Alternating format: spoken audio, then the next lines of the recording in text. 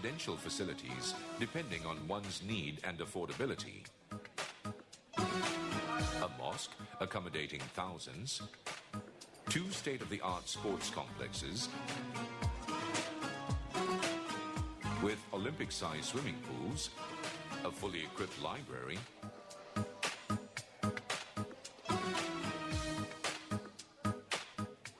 a 24-hour medical clinic,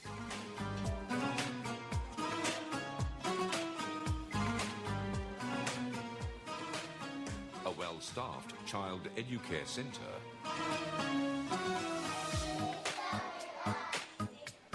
banks, post office, restaurants, bookshop, and grocery stores. A fiber optic backbone runs through the entire campus, facilitating easy and instant communication from one far-flung corner to another. IIUM's Institute of Islamic Banking and Finance, IIIBF, is a center of excellence for education and research in Islamic banking and finance. The Kuantan campus is located on 1,000 acres of land, just like a garden within a valley surrounded by thick jungle. Kuantan is the state capital of Pahang. It is famous for its scenic, clean white beaches. This campus is well equipped with state-of-the-art technology for teaching and learning that offers medical science, pharmacy, allied health sciences, nursing, sciences, and dentistry courses. Among its notable excellence centers is the IIUM Breast Center, which is devoted to the research and diagnosis of breast cancer. In addition, the Halal Industry Research Center aims to make IIUM the center for reference on halal matters throughout the Muslim world. Currently, IIUM accommodates more than 20,000 students. With accolades of honor, IIUM has carved its name internationally in the field of debate, public speaking and mooting competitions. In 2006, IIUM won the world's Best Debater Award. Since 2008, IIUM has been in the top 20 in the world. In research, IIUM has received numerous recognitions at the regional and international levels by winning gold, silver and bronze medals at various exhibitions and expos, including Pencipta, Inpex, ITEX and Geneva. By inculcating a culture of quality and excellence among the existing workforce, IIUM will continue to be competitive in its mission to make Malaysia a global center of excellence for tertiary education. It will also continue to make significant contributions towards serving the Muslim Ummah.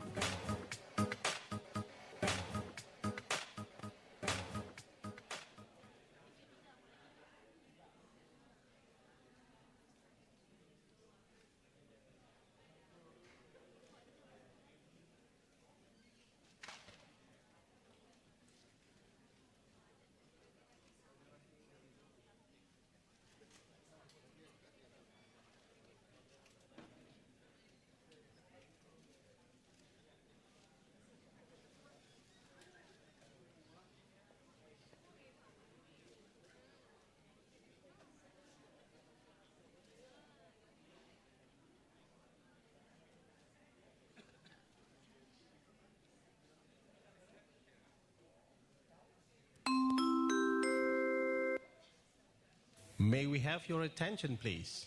This is a public safety announcement.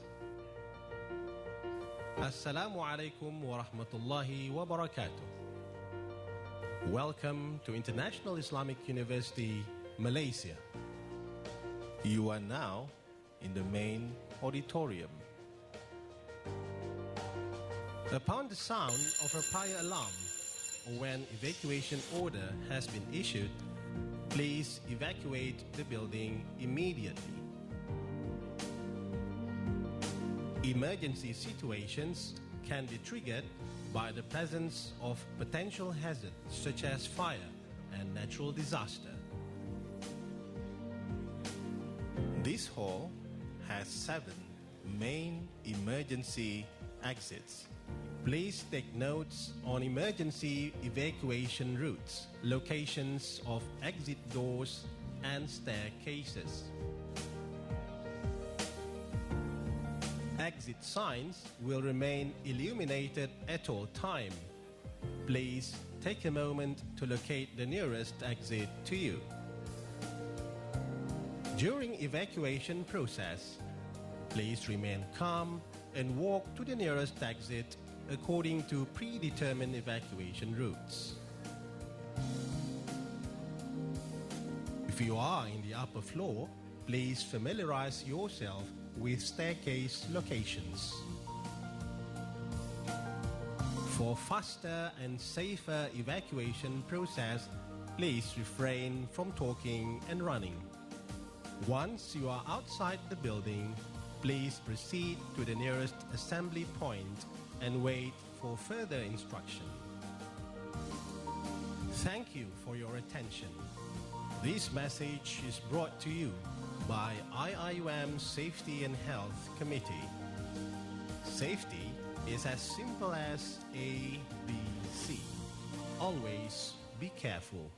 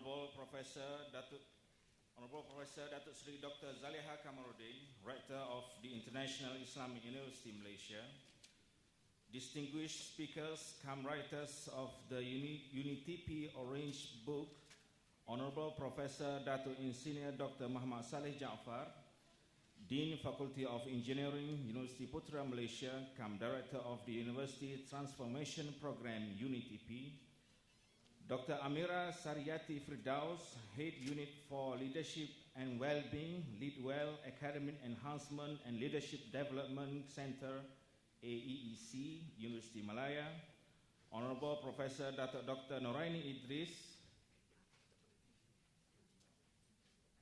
Deputy Vice Chancellor Research and Innovation, University Pendidikan Sultan Idris, Honorable IIUM University Management Committees and Executive Management of Public Universities, Professor Dr. Ainul Jaria Maidin, Director Office of Corporate Strategy and co-organizer of the program, officials from the Program Management Office, Ministry of Higher Education, academicians, administrators, representatives of staff associations and participants, brothers and sisters, Assalamu alaikum wa rahmatullahi ta'ala wa barakatuh, and very good morning. Ahlan wa sahlan wa marhaban bikum ila al-Jami'at al-Islamiyah al-Alamiyah bi Malaysia, Hadiqat al-Ilm wal-Fadilah. On behalf of International Islamic University Malaysia, IIUM, and Ministry of Higher Education, MOHI, we would like to extend a very warm welcome to all of you to UniTP Orange Book, Strengthening Academic Pathways and Leadership Development Roadshow for Central Zone. Ladies and gentlemen, to gain barakah for the program, let us all raise our hand and pray to Allah subhanahu wa ta'ala to ease and make smooth of today's occasion. Bismillahir Rahmanir Rahim. Alhamdulillahi Rabbil Alameen. Wassalatu wassalamu ala ashrafil anbiya wal mursaleen wa ala alihi wa ashabihi ajma'in.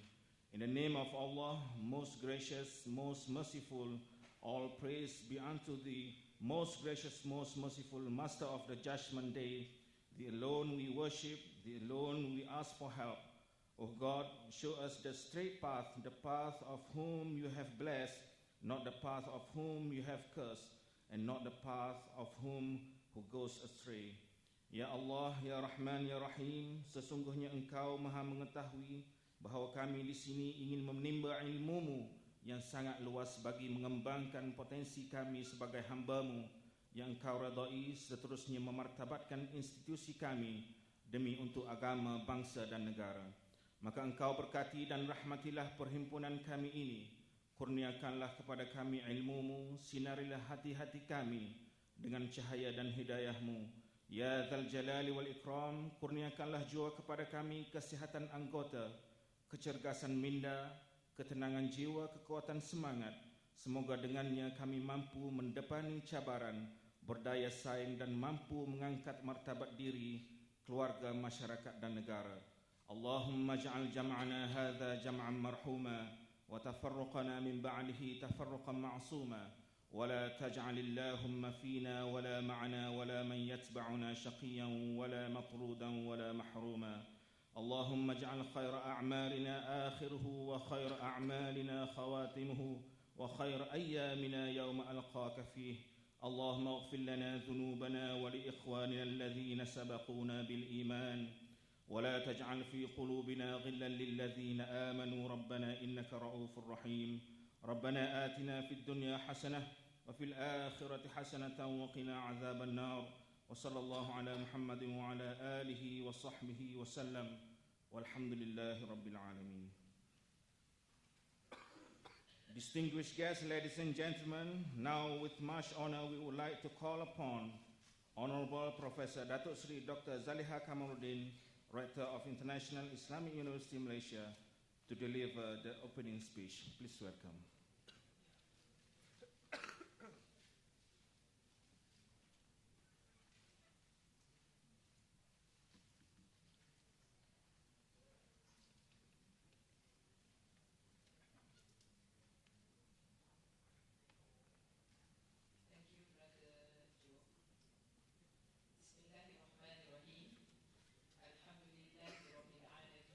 والصلاة والسلام على أشرف الأنبياء والمرسلين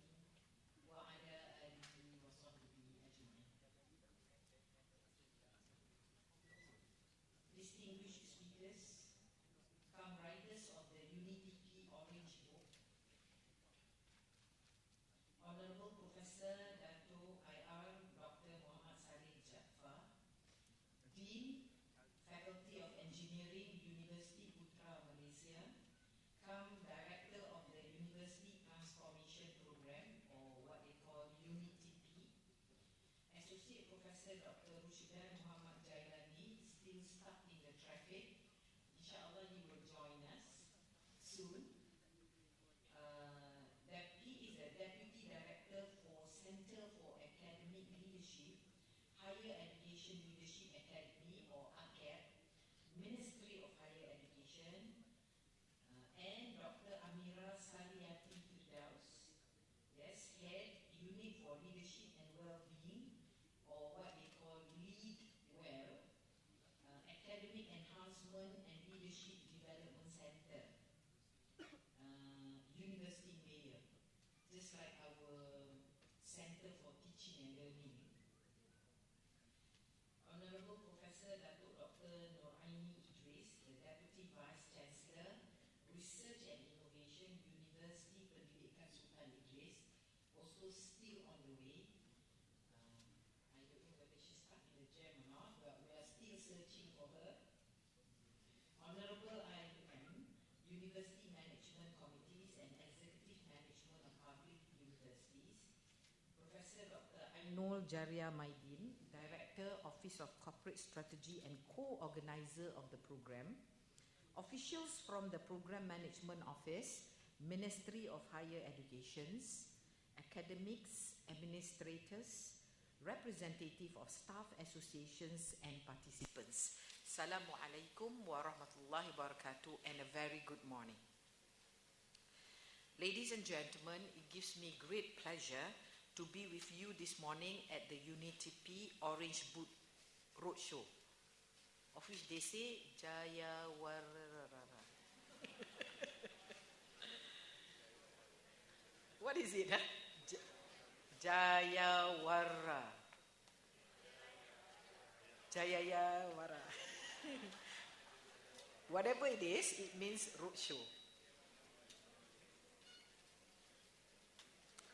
And this time, the roadshow is for the Orange Book. I did joke a little bit with Prof. Saleh and said, I've seen him several times. One at the Senate Hall, I think twice here, and then a few times during the Ministry of Higher Education's program. And said, since he is with his team, the Orange Group, I said, why not you come out with your orange uniform? Because later on, they will also have another roadshow, the green group. There's also the, which group? There's 4 books, I think. They have 4 books. The orange book, the purple book, the green book, and silver book. Oh, you have 1 silver. The VCs were briefed on all these 4 books, but when we were briefed, the ministry had came out with only 2 books at that time during Datuk Seri Zaini. So we were yet to be briefed on that silver book. But inshallah, from time to time, in our town hall session, what we call in our Liqa Ash-Shahri, that we will have some sort like roadshow specifically for academics, so that we will discuss all these 4 books. So the deans, some of them are here. I can see Prof. Ashgar, I can see Prof. Eri, Prof. Malia. We have to have the 16 deans. I did saw Prof. Azmi just now. Prof. Azmi, can you raise your hand? I did saw you. No, from Kuliah of Medicine. Then we will have to have our Jayawarara in Kuantan. Or are we going to Kuantan? I'm not sure. This is the zone where IIUM becomes the host, for it. Participants, we are host for our neighboring university, which is University Malaysia Pahang, UMP. Anybody from UMP, please raise your hand. Yes, all right. Okay, I'd like to say welcome to IIUM, the Garden of Knowledge and Virtue. We have University Pendidikan Sultan Idris. Upsi, please. Thank you for coming to the university. We have also UITM Pahang. UITM Pahang. Only one. One, two. Alright. You know people from the ministry ni ada ni. Tengok kan? Mohe is checking. UITM Perak. UITM Perak. Just now was UITM Pahang. UITM Perak tak sampai lagi. Only one. Ministry only one. From PMO. Nanti kita sebat. Okay. No? Alright, thank you very much. Dr. Rashidan is there. Dr. Rushidan, you're stuck in the LRT. Yeah. Then my welcome to the university. Ahlan wa sahlan wa marhaban bikum. We hope you will come again and again and again when we have the roadshow. Right? I would like first and foremost to thank the Orange Book team led by Professor Datuk Muhammad Saleh for taking time off from their busy schedule to be with us today. And I would like to commend Mohe and the Orange Book team for taking this initiative to organize this important and informative program at our university. So this is part of our promotion and marketing as well. This program is not only useful to the academic community, but also to our strategic human resource and other related officers at our universities, because they are part of formulating policies to implement the differentiated career pathways.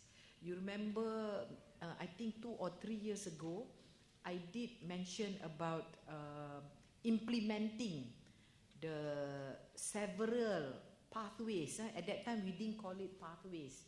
I can't remember what I said specifically, but I did mention that the academics will be divided perhaps into 2 or 4, right?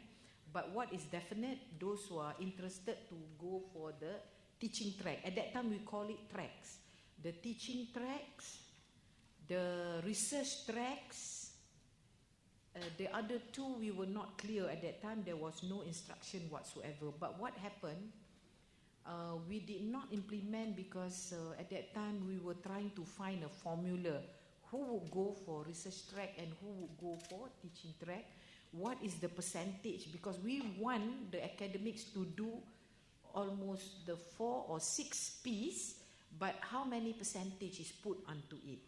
It doesn't mean that when we choose academic track, we are not doing research at all. No, it doesn't work that way.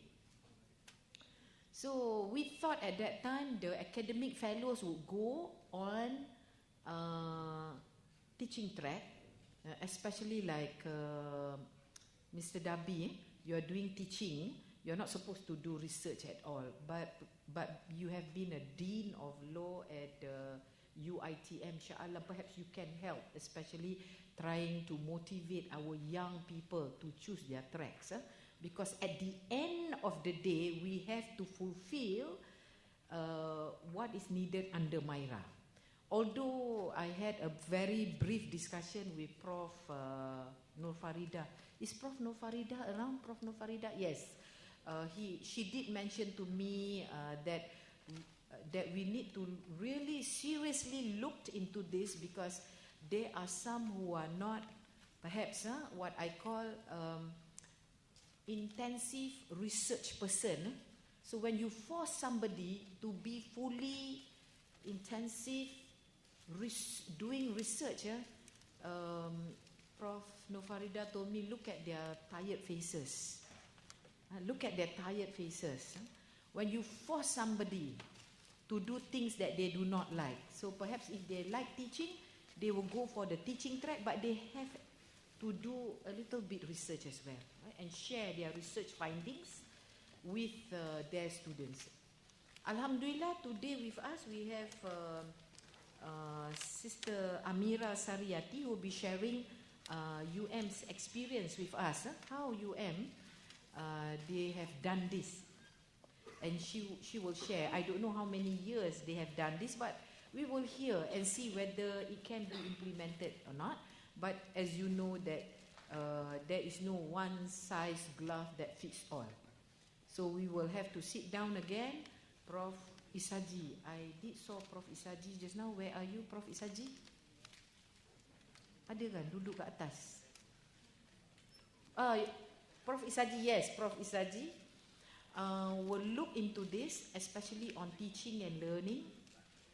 And we will try to get others to look into the implementation part of the Orange Book.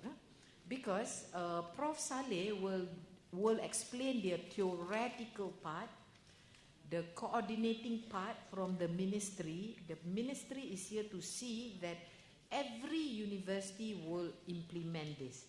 So we will have, inshallah, I have mentioned this to Prof. Isaji, if we can, we will do and try to implement in September. So when the dean scheduled the lecturers for teaching and to do research, it will be based on this Orange Book. So they have about 1 month to put the lecturers on schedule for teaching, where we hope the third semester will be for research. But that is easier said than done, because we will have to see how others have done it, and then we will try to emulate. And as we go on, we will tighten the screws. So this is just a pilot study for our first sem. Now, I just want to say one thing, besides the welcoming of our participants today from 4 or 5 universities. I want to say specifically on the Orange Book. Just allow me 5 minutes to say this. Brothers and sisters, as you know that our academic staff and the institution of higher learning in Malaysia, or what we call HLIs, higher learning institutions, are recognized in Shift 2 of the Malaysian Education Blueprint, 2015 to 2025. Right? And as you know that the blueprint is our guide. It's just a guide. As a university which is established under the Companies Act, right, we will try as much as possible to align ourselves with the Malaysia blueprint, although we are also answering to the Muslim world. Right? So we have to answer to OIC, specifically under ISESCO, because ISESCO is the education arm of OIC, and we have to report, I think, once a year during OIC meeting what we have done so far, especially this entity we call IIMU. So Prof. Walid sometimes will attend OIC on my behalf to report the development of IIMU, because IIMU was established under OIC. So IIMU has nothing to do with Orange Book. IIMU is for the Institute for Muslim Unity. Right? So there are several entities here in IIUM is not, I would say, not aligned to the Malaysia blueprint, but is part of our duty. Now, this shift highlights the importance of developing, nurturing, and supporting talent excellence. Okay? Because everybody have different talents. Some people, they are good in doing research. You don't have to force them. Some people are very good in writing, and you don't have to force them. Because if they don't write, they will die. Some people, they really have to do research because if they don't search, also they will die. Some people, they love teaching. If they don't teach, they will feel empty. So we will try to accommodate all these potentials. Although they say what we call talent management, which is under MSD. Right? So this has been developed by the ministry, of which they call it the New Academia Talent Framework. They call it in short NATF, the New Academia Talent Framework. When we were taken in, our group, Prof. Saleh, we are about the same age perhaps. When we registered as reported for duty, dah lah Prof. Saleh tengah fikir berapa umur dia tanya Prof. Ainul. I'm 56, Prof. 56. There is also a need to move from one-size-fits-all model, which was implemented during our time. You know, those who joined the academics in the 80s. I joined this university in 85. Those days, you're supposed to teach. This is a teaching university. Teach, no research. No research at all. But once we were asked to do PhD, gelabah lah. How to do research. There was no training then on research. We went there, we were cooked by these Western universities. We were cooked and we were all in the hot soup. And the percentage of failure at that time was very high. Now, when we see this, the ministry feels that there is a need to move away from the one-size-fits-all model to one in which, as the higher learning institutions have diversified models of career excellence. So in this hall, we have administrators as well to help to develop this.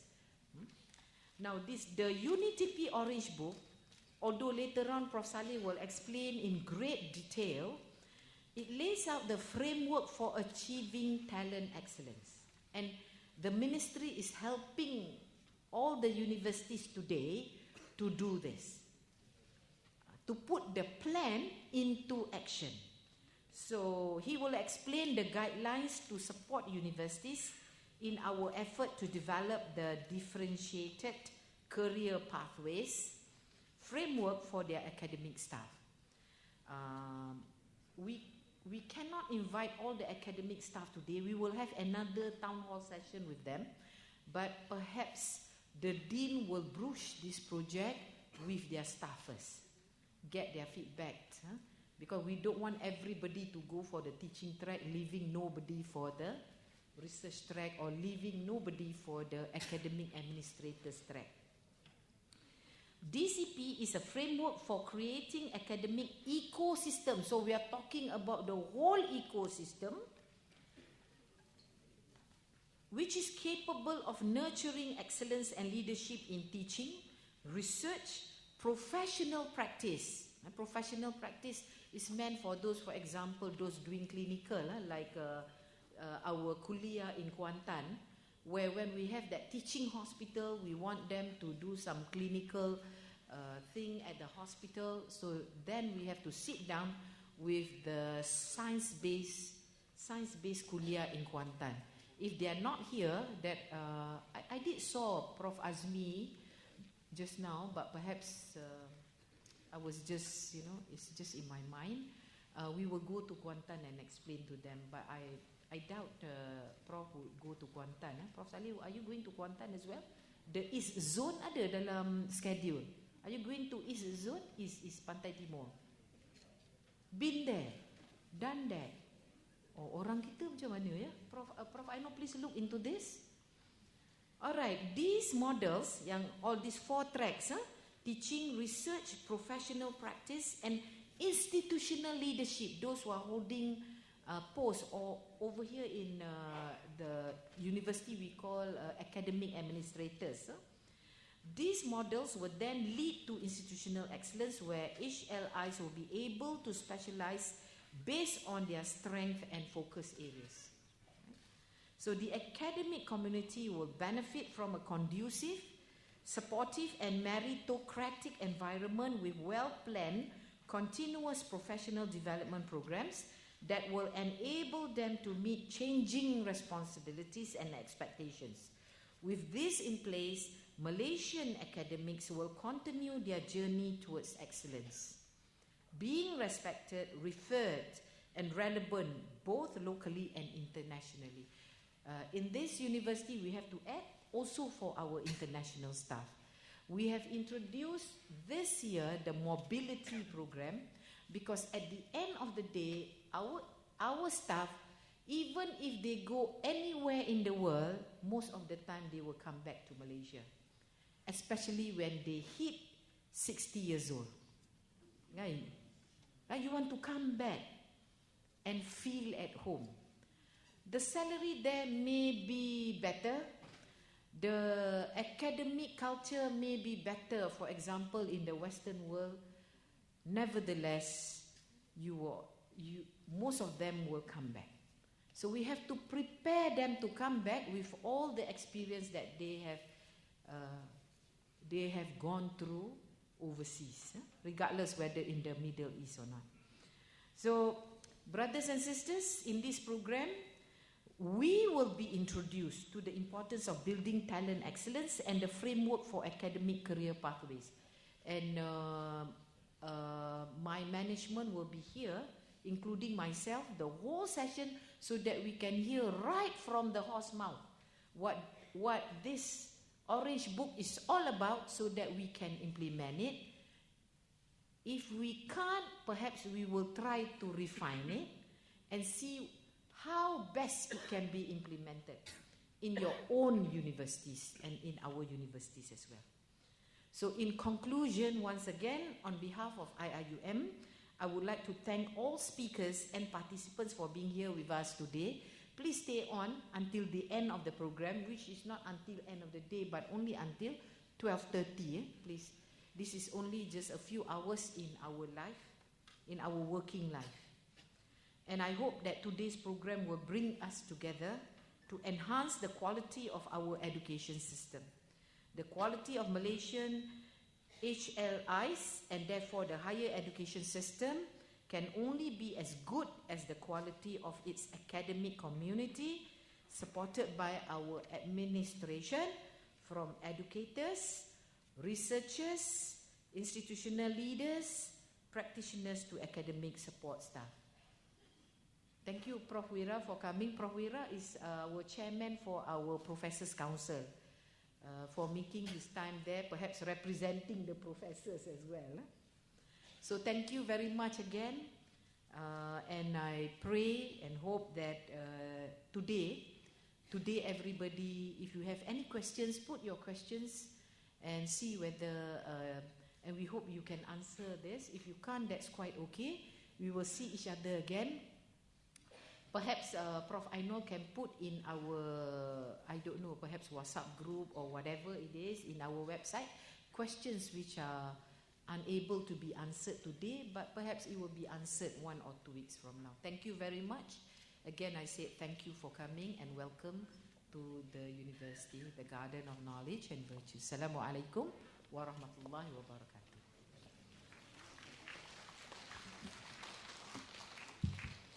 Waalaikumsalam warahmatullahi wabarakatuh. Thank you very much, Dr. Sri Rector, for the opening speech.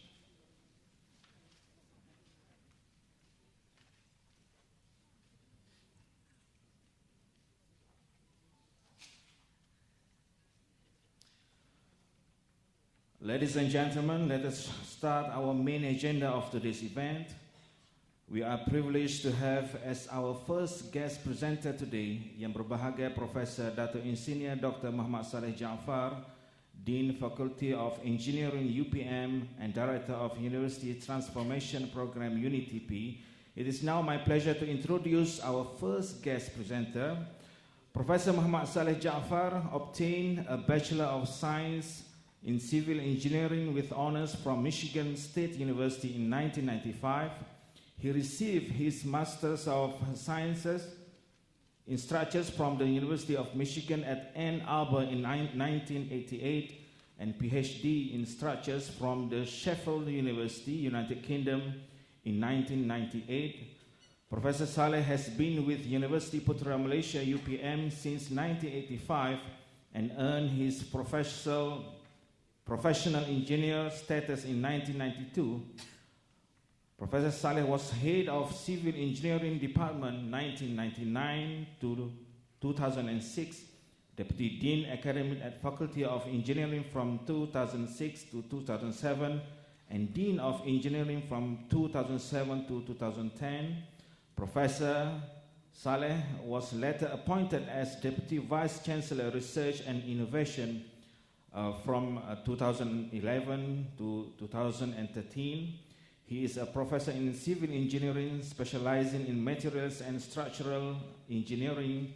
He serves the Ministry of Higher Education Malaysia, MOHI, as consultant and special advisor to the Malaysia Education Blueprint. As the director of UniTP, let us hear his interpretation of the Differentiated Career Pathways, DCP, and implementing differentiated career pathways. Please welcome Yang Berbahagia Profesor Datuk Engineer Dr. Muhammad Saleh Jaafar.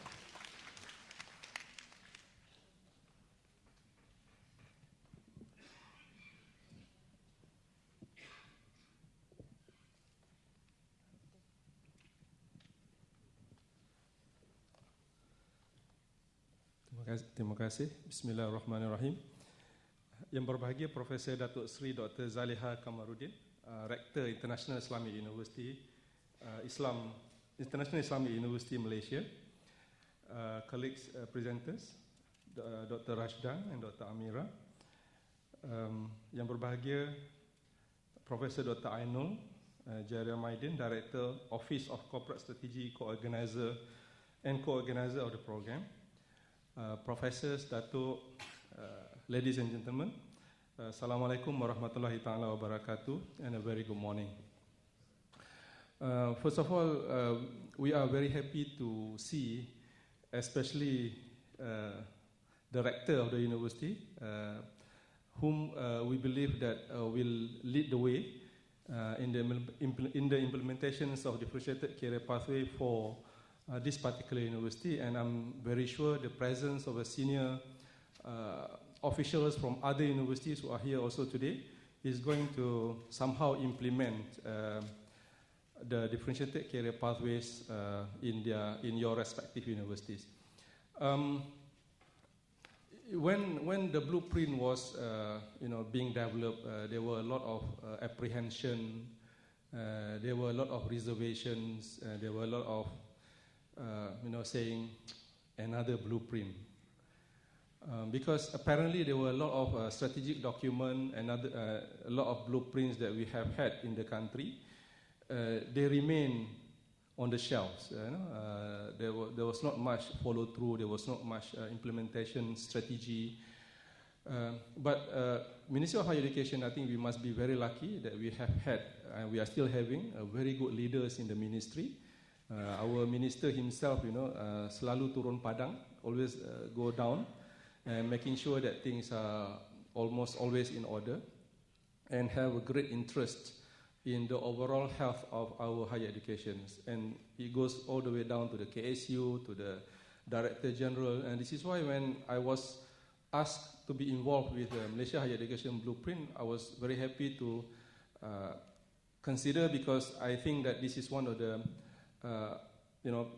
work that will be implemented, not going to be just showcasing that we have a blueprint and we have a blueprint, nothing is actually being done about it. So today is actually one of the small portions of the whole higher education blueprint that needs implementation. There was always a question whether the university have to actually do it. The answer has always been yes, university have actually to do it. Because blueprint is a national mandate, has been presented to the cabinets, and the cabinets actually endorsed it. So basically, it is a national document, national strategic document that require implementation. And the only question is, how do we do it? I think this is where we are leaving to the university, to your imaginations, to your innovation, how to actually implement certain items in the blueprint and also in the playbook. But the question whether you need to do it or not, yes, you need to do it. But we are not prescribing to you how to do it. What we are going to do today, we are going to share with you some possible ways of actually implementing it, but you have your own, you can create your own way of how to do it. In fact, we are going to share with you some what we consider as a successful experiences in the journey in implementing it. So in other words, I think just to echo our rector words here, that the book is a guide, but do you must. And this is the first message that I think that I want to prepare. And I also want to probably help clarify here. The leader of this Orange Book is actually Professor Dr. Awang Burgiba from University Malaya. I'm the director of UniTP, helping Program Management Office PMO from Ministry of Higher Education, led by Dr. Noor Hayati, overseeing the development of the actually 5 playbooks. 4 has come out, 1 is in the cooking. So in each of the playbook, we have leaders for each of the playbook, and this playbook we actually handpick Professor Awang to actually lead the Orange Book, and Professor Awang later pick his teams to actually help him developing the book. So myself as a consultant, helping PMO to actually facilitating the team to actually do a lot of engagement with everyone so that the book can be a success. So what we're going to share with you today, these 5 items. I'm going to share with you up to number 3, and Dr. Rashdan will share with you the items number 4, developing and sustaining leadership excellence, and Dr. Amira will share with you the University Malaya's journey of implementing it. So they have University Malaya is one of the first, if not the first, university that has implemented this after, rightly so, because Professor Awang is the lead author, and he has to actually own the ownership of this book, and he has actually shown. And it wasn't easy, I believe, but anyway, Dr. Amira will share with us University Malaya journey of implementing it. So this is just to put the Orange Book in perspective. As I mentioned, that we have 5 playbook, which is actually a guidebook to implementing university transformation program. So when we mention university transformation program, we actually mean transformation. Moving from what we are comfortable today into something that we are not used to it. Although we have had an idea that we want to do it, like our rector mentioned, Datuk Sri mentioned that there was an idea of implementing it, but things were not really clear. The ideas has been there, but now we are actually putting it into a guide that hopefully everyone can actually do it now. Now everyone can, as Asia said, everyone can fly. Now everyone can actually implement this Orange Book. But the Green Book is the mother of all transformation book. I wouldn't say the father, because normally the mother are more powerful than the father. And the mother always run the house. The mother of all books are the Green Book. This is where the transformation are supposed to be seen at the board and university management level. I think Ministry of Higher Education are actually engaging the board of directors and also university management, and how and what kind of transformation that needs to be done. So I wouldn't go into detail, but this particular book was headed by none other than Tun Ahmad Zaki, our former, I think everybody should know Tun Ahmad Zaki is, and also assisted by Professor Shad Faruqi. I think everybody should know him also. there is actually very some people who are very well versed in law, legals, and university constitutions, and also they have actually put their piece together in this green book. And the silver book is a productivity book, which is actually saying our university has got to be, especially public university, has got to be more productive and efficient. Because at the point when we developed this silver book, to our surprise, to the ministry's surprise, that many of us don't even know how much it costs to produce a graduate. Now, if we are selling, is it pisang goreng or goreng pisang? I'm not very sure. If we are selling goreng pisang, we know how, or pisang goreng, somebody was trying to correct me, pisang goreng. If you are selling pisang goreng, you know exactly how much to sell because you know how much it costs to produce it, how much profit that you are making, and therefore you know how much you are charging for your pisang goreng. But then, since we are receiving money from the ministries, from the government, we didn't really count how much it costs to produce the graduates. And you know, so the range of the cost per student that we have calculated range from 7,000 per student in one university to 38,000 per student in another university, which is actually a public university where all the conditions are the same. You got to go through the normal purchase order that normally costs slightly more than what you could have got from the retail shop, and also. That's the purpose of the productivity book. That this is especially important for university management and the bursar or chief financial officer to actually figure out where the costs are actually going to, and therefore where we can save and where we can afford not to do anything about it. So productivity book was actually led by Professor Hassan Said. Obviously, he was the Vice Chancellor of Taylor's University. He had run, so he had been the Director General, so he had run a private university, very cost conscious. So he was actually lending his experiences in running Taylor's University, so that our public university can actually learn one or two by running our university like running a business, meaning to say knowing exactly where the money goes to. Yeah, so accountability, efficiency, and productivity. And Dato' Hassan Said was assisted by Professor Azra'i from UTM, who actually runs space program, and Professor Rahman from USM. So those are the key people in the productivity book. And the purple book, it's good to introduce all these books so that we can know in context. Yeah? And the purple book is also for university management, but maybe it goes down to the deans and also directors. Because the purple book, I think you all know why the purple is, because this is the highest Malaysian dollars in 100 ringgit. It's a purple color. We don't have 500 ringgit notes, we don't have 1,000 ringgit notes. We have only maximum 100 ringgit notes, and that's a purple. And the book is actually sharing experiences how public university can and should generate our own income. So I think we have, there's another whole session about it. And this is actually led by Professor Dr. Azlan Timbalan, Chancellor, Deputy Vice Chancellor's Development of UTM.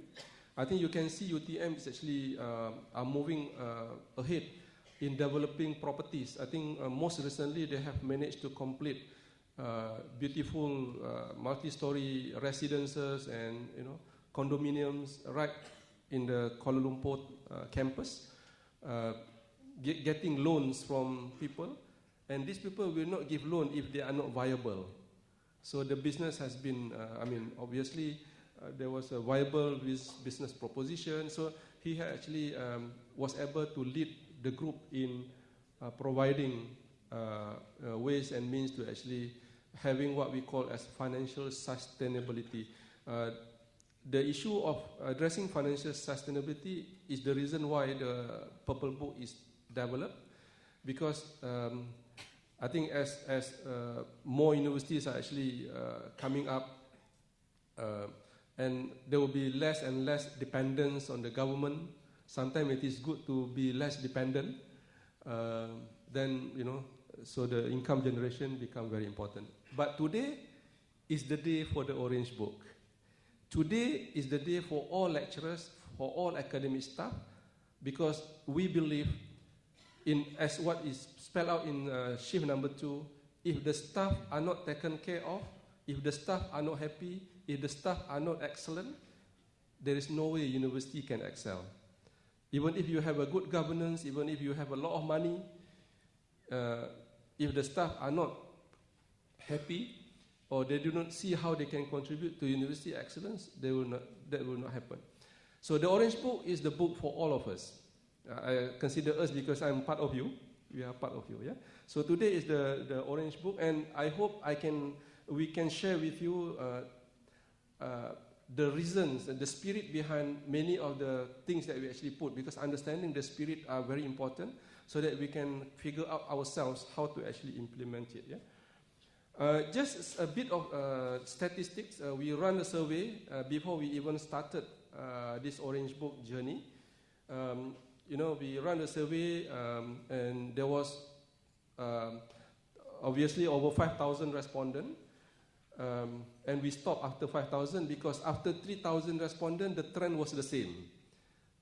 Although, you know that we have 32,000 academic staff in public universities and a total of 79,000, I think over 70,000 academic staff or lecturers in all public and private universities. But, so after getting those surveys, you can see that, not everyone are actually passionate.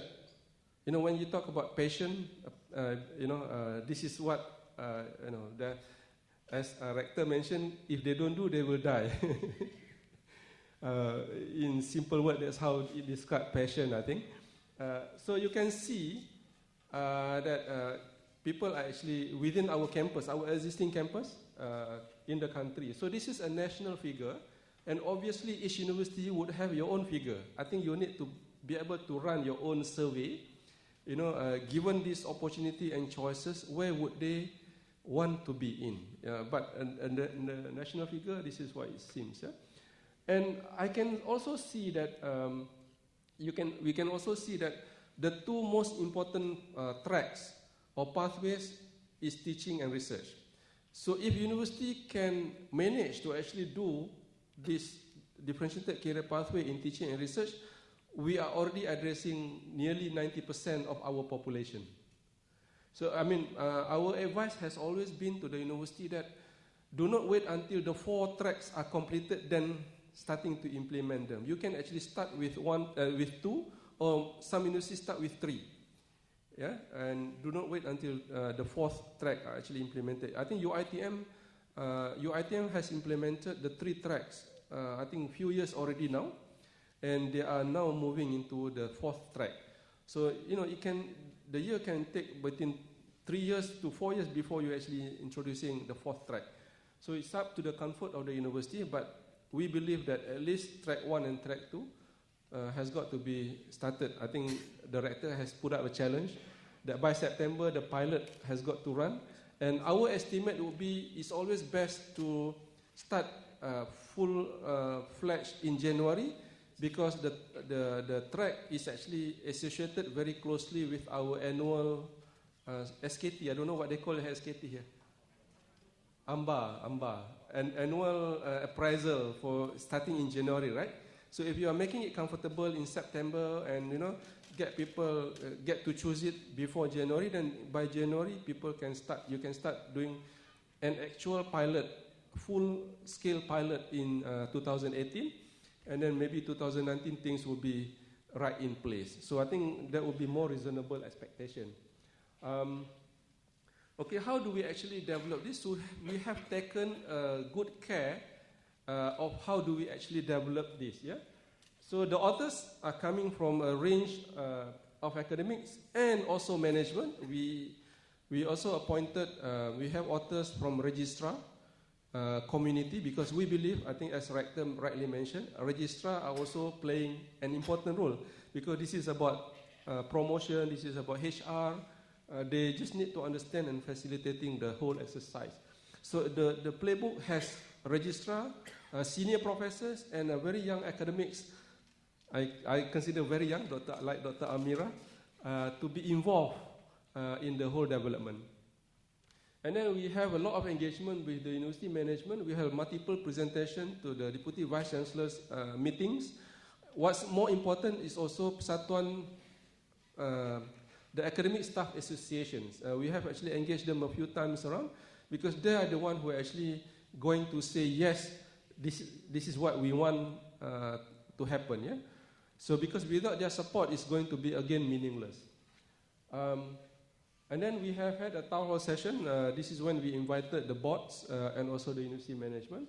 And not only that, after we done all this engagement, after we completed the book, I think you have already seen the book.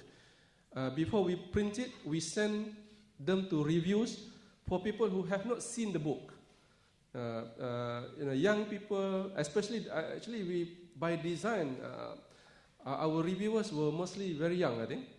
Very young means less than 40 lah. Some of them in the early 30s, some of them in 40s, because these are the people who's going to be in the system for much longer period. Maybe our views are no longer relevant, but their views are more important. So they actually give the review to further improve the book, but most of them supported the content that we have in this book. Yeah? So this is the background. Sorry, it takes a little bit of time on that background, but I thought it's very important to see that the whole engagement, we hope, by the time we print the book, there was almost nothing that we have not heard on the suggestion and recommendation, So because after that, we have taken that into consideration. We have taken that into consideration.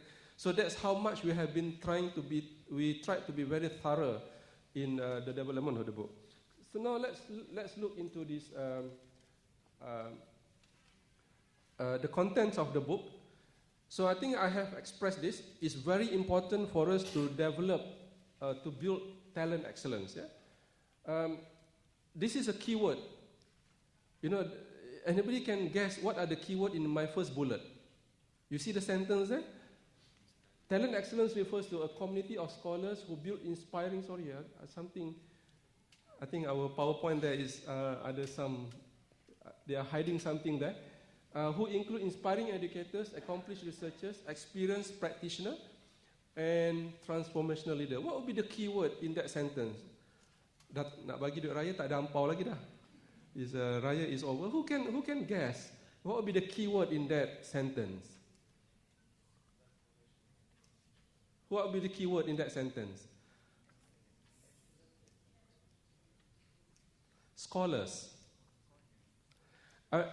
We are an academic staff. Everything that we do must be scholarly. This is why the level of recognition should be the same regardless whether we are following research track, teaching track, professional track, or transformational leaders. We must prove to be excellent and scholarly. Yeah, and I think we are going to discuss a little bit of what we mean by scholarly. Yeah?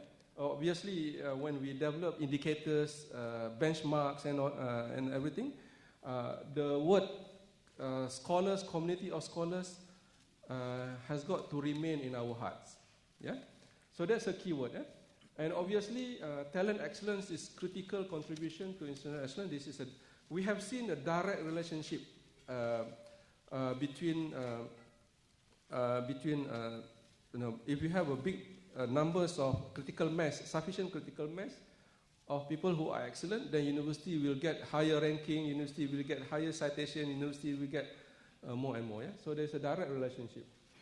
And now what is building? Why building talent excellence is very important. Yeah.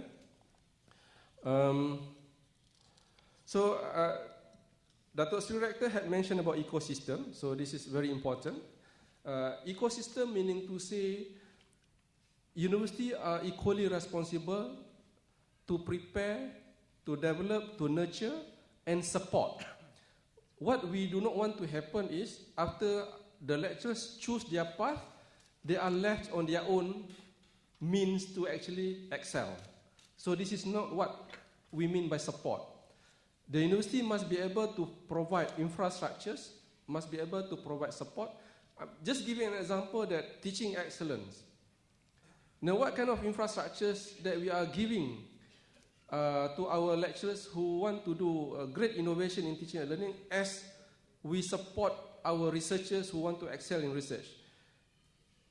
We provide good research lab for our researchers who want to excel in research, but what kind of facilities are we providing our lecturers who want to excel in teaching and learning? Just an example of what we mean by an ecosystem, the whole process, including giving support. And obviously, we need to embrace the changing landscape, and the changing landscape requires specialization for us to be able to excel. Yeah. So, and there is a need for us to recognize the levels of excellence, and they must be of equal merit. So I think the challenge would be when we develop these criteria and indicators, how do we equate the merits of excellence between these 4 tracks? So this is a challenge, and this is a responsibility of each university. How do we actually, frame it? Yeah? And what's important is if lecturers are able to do what they love to do, and they are supported along the way, and they are recognized along the way, obviously they will align themselves to attain the institutional excellence. So this is alignment. It is very important for us. As a university, we must excel in the 3 core functions. There's no doubt about it. As a university, the university must excel in the 3 core functions: teaching, research, and also services. Community engagement, industry services. We must excel. But at individual level, maybe it is too much that we expect everyone to excel in all these 3. Although we believe that they're bound to be 10%, 20% maximum of any organization, that if you give it to somebody something, they will excel at it. And there will be 10% of population that excel in all 3. But we are talking about the whole mass of the population who probably a bit too much to expect to excel in all 3. So this is why, this is the reason why we need to do it. Okay, now,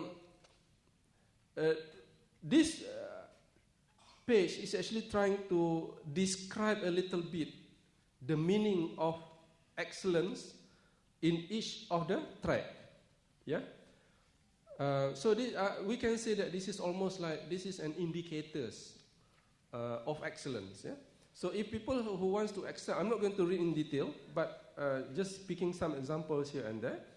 People who aspires to excel in teaching, obviously they must have a very clear philosophy and theory of teaching and learning. And in fact, the criteria, the indicators that the criteria that we have here are actually almost verbatim from that of the Anugerah Akademi Negara for Teaching and Learning. You know that we have Anugerah Akademi Negara for Teaching and Learning. So from now, and actually to our disappointment, to be honest with you, this is where sometimes you don't have many applications. Like the year before, we had only 20. We have 32,000 lecturers, and we have only 20 applications from 100 universities in the country. In fact, it was very tough to answer to the administrators, to KSUs in the ministry. It says, what happened? People are not interested in teaching and learning?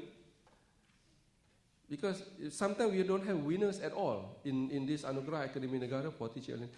Okay, now what will happen after this? We hope that with recognition of excellence in teaching and learning in the university, there will be more candidates ready to apply for Anugerah Akademi Negara for Teaching and Learning, right? So, so again, as I said, the criteria is almost the same. It is all about introducing innovation that impacts learning. It is not just innovation for the sake of innovation that is impacting our students. Yeah? And also, to some extent, to some level, it must provide leaderships. You see, the key word is also leadership in all these 4 tracks. Leadership doesn't mean being a dean or being a deputy vice chancellor, obviously, in this case. Leadership means leading the way. Yeah? And leadership in teaching and learning. So you must be seen, you must be visible, you must be recognized. People invite you to share your expertise in teaching and learning. And now we don't have that many in the country to actually lead our way. Yeah? Okay, and engage in scholarly activities. So the word scholarly is there. They must be able to publish they must be able to publish in the appropriate, referred publications, and so the word scholarly is there for teaching track. And I think accomplished researcher, I do not need to mention, because most of us are very familiar with these accomplished researchers. Experienced practitioner, this is something very important and critical. They have had a lot of issues when we have the best surgeon in the country that has not been recognized in academic world. Although they are the best in their business, and they are also teaching our students. So this is actually trying to reconcile that. And if the community of practitioners recognize our lecturers to be leading in the industries, in the services, in the practices, they should be recognized. Never get his application for promotion to be vetted by people who are actually doing research. Get his papers to be vetted by people who are actually doing the practices. So this is, the whole process and the whole ecosystem has got to be aligned, but we are talking about people who are recognized in industry who we actually need. In fact, we actually need to retain in our universities so that our students can get the best from people who are practicing. So so that they don't run away from us. So that demonstration, as you can see here, the emphasis is these people continue to practice and therefore have ability and opportunity to innovate in their practices. And at the same time, their greatest contribution would be teaching, because there's no point of them being excellent in their practices, but the students are not benefiting from them. And otherwise, they shouldn't be in the university, they should be in the private practice. So I think the emphasis in teaching and learning and also practices are also very important. And institutional leaders are somebody who must excel, obviously, if possible, in all three. Must be seen to be excellent teacher, must be seen to be an excellent researcher, or must be respected, at least in the community of industries and services. Yeah? And this is a track that we believe lecturers do not choose this track. Others choose for you. Yeah? So this is about talent recognition, this is about talent identification and succession planning. And we hope that this track can start from, I do not know how UIA actually are being organized, but at least in UPM, we are starting this from head of the department onwards, yeah, or head of labs or head of department onwards. Then we start recognizing that these are the people who may go into the track for transformational leaders. All right. So the concept are very simple. I have mentioned this along the way. Currently, the practices are mostly based on research. I think everybody knows this. And okay, this is important. Differentiated career pathway facilitates the development of holistic academic. I think our rector mentioned that doesn't mean if we choose one track, we are not doing anything else. No, we have got to do, because they are closely related. Teaching and research and services are actually closely related. The only issue will be attaining the level of excellence. That's where we are differentiating it. Yeah. So this is why for young people who are joining the university, we have a recommendation that says the first 3 years they must be involved in all three equally, and only after year 2 or year 3 then they can start seeing their passion, and their passion must also be supported by evidence that they're actually producing it. They have a proof that they actually have a potential to excel in one of the track. So excellence in teaching. So once we are promoted as associate professor or professor, either through teaching, there's no such thing as teaching professor, research professor. There's no such thing. They are just professor because they are scholarly in their own chosen pathway. Yeah? So this is why we say that they are equally recognized. Although we are saying differentiated career pathway, we are not suggesting differential naming of the profession. Yeah? Although there is some possible exception in the professional services later on. And obviously the reasons will be we can recognize diversity. As you can see, the survey has actually demonstrated that. and we can leverage and optimize on the strength of academics. I could see that, when I don't know whether your university have Timbalan Chancellor Jaringan Industri or not, but some university have. Yeah, and they also want their KPI, and they expect everybody to do Jaringan Industri. And what happened is counterproductive, because not everyone are comfortable with the industry and also community.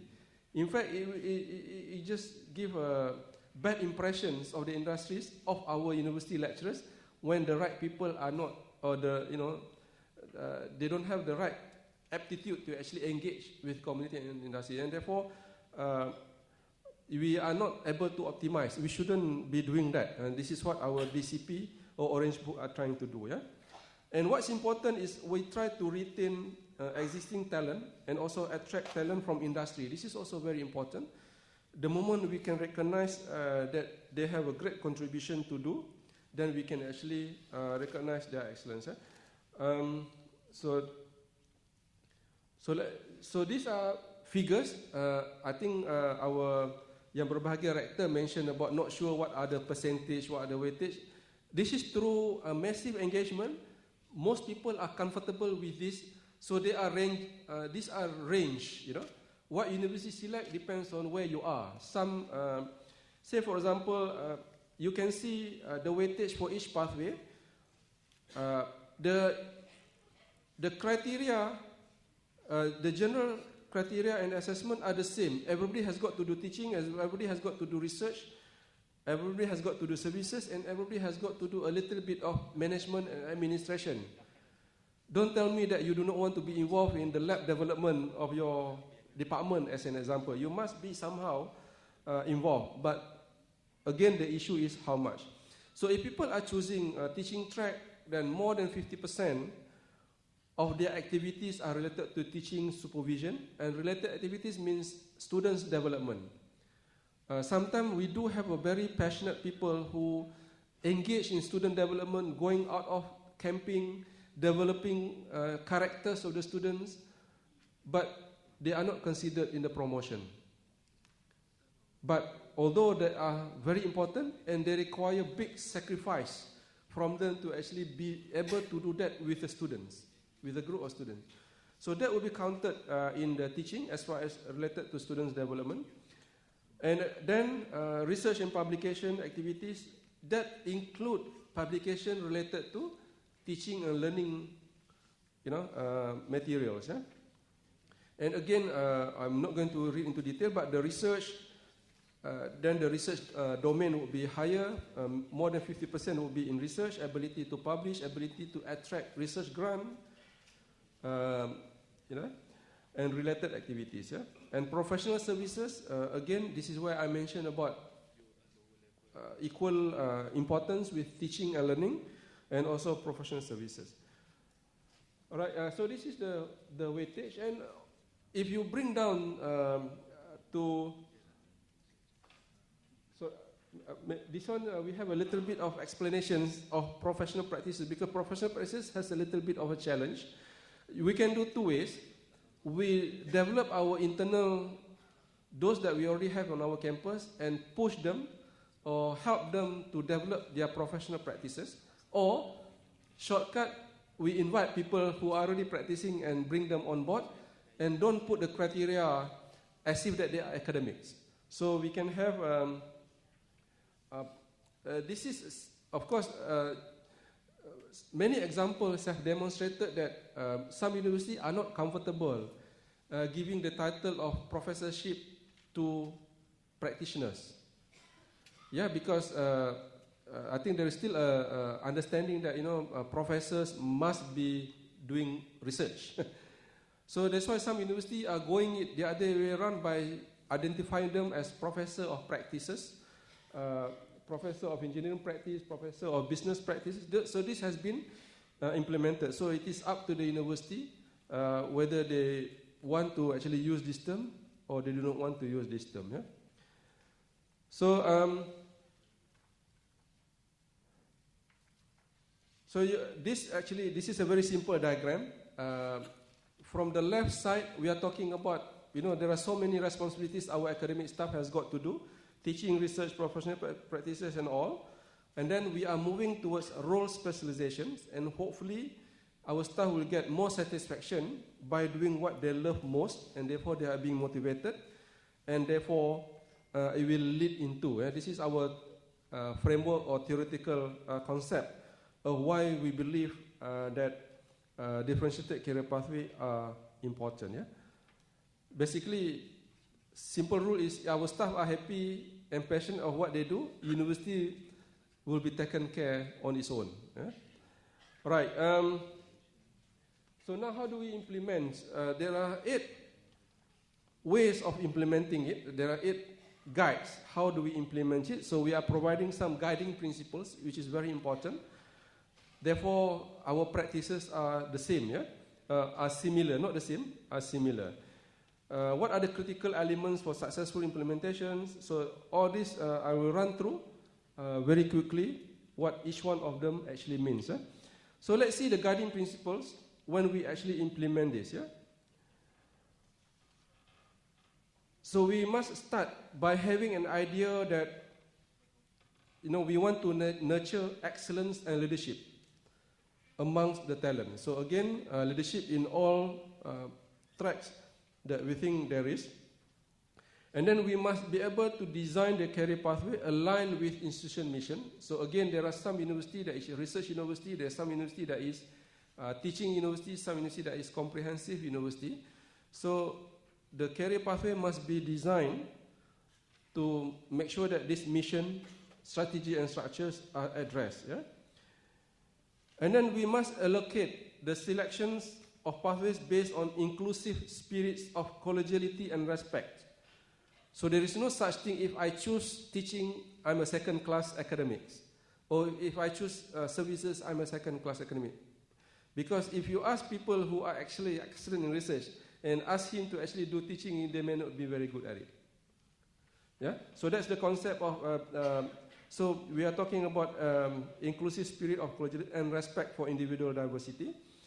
And what's important, we must establish promotion criteria and with fairness and mutual benefit.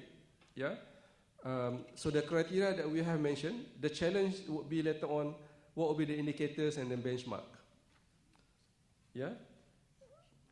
And facilitate flexibility and career growth development. So I think the whole issue is how universities are able to facilitate and provide opportunities. I mentioned about the support system, and there was also a concern about what happened if I choose one track.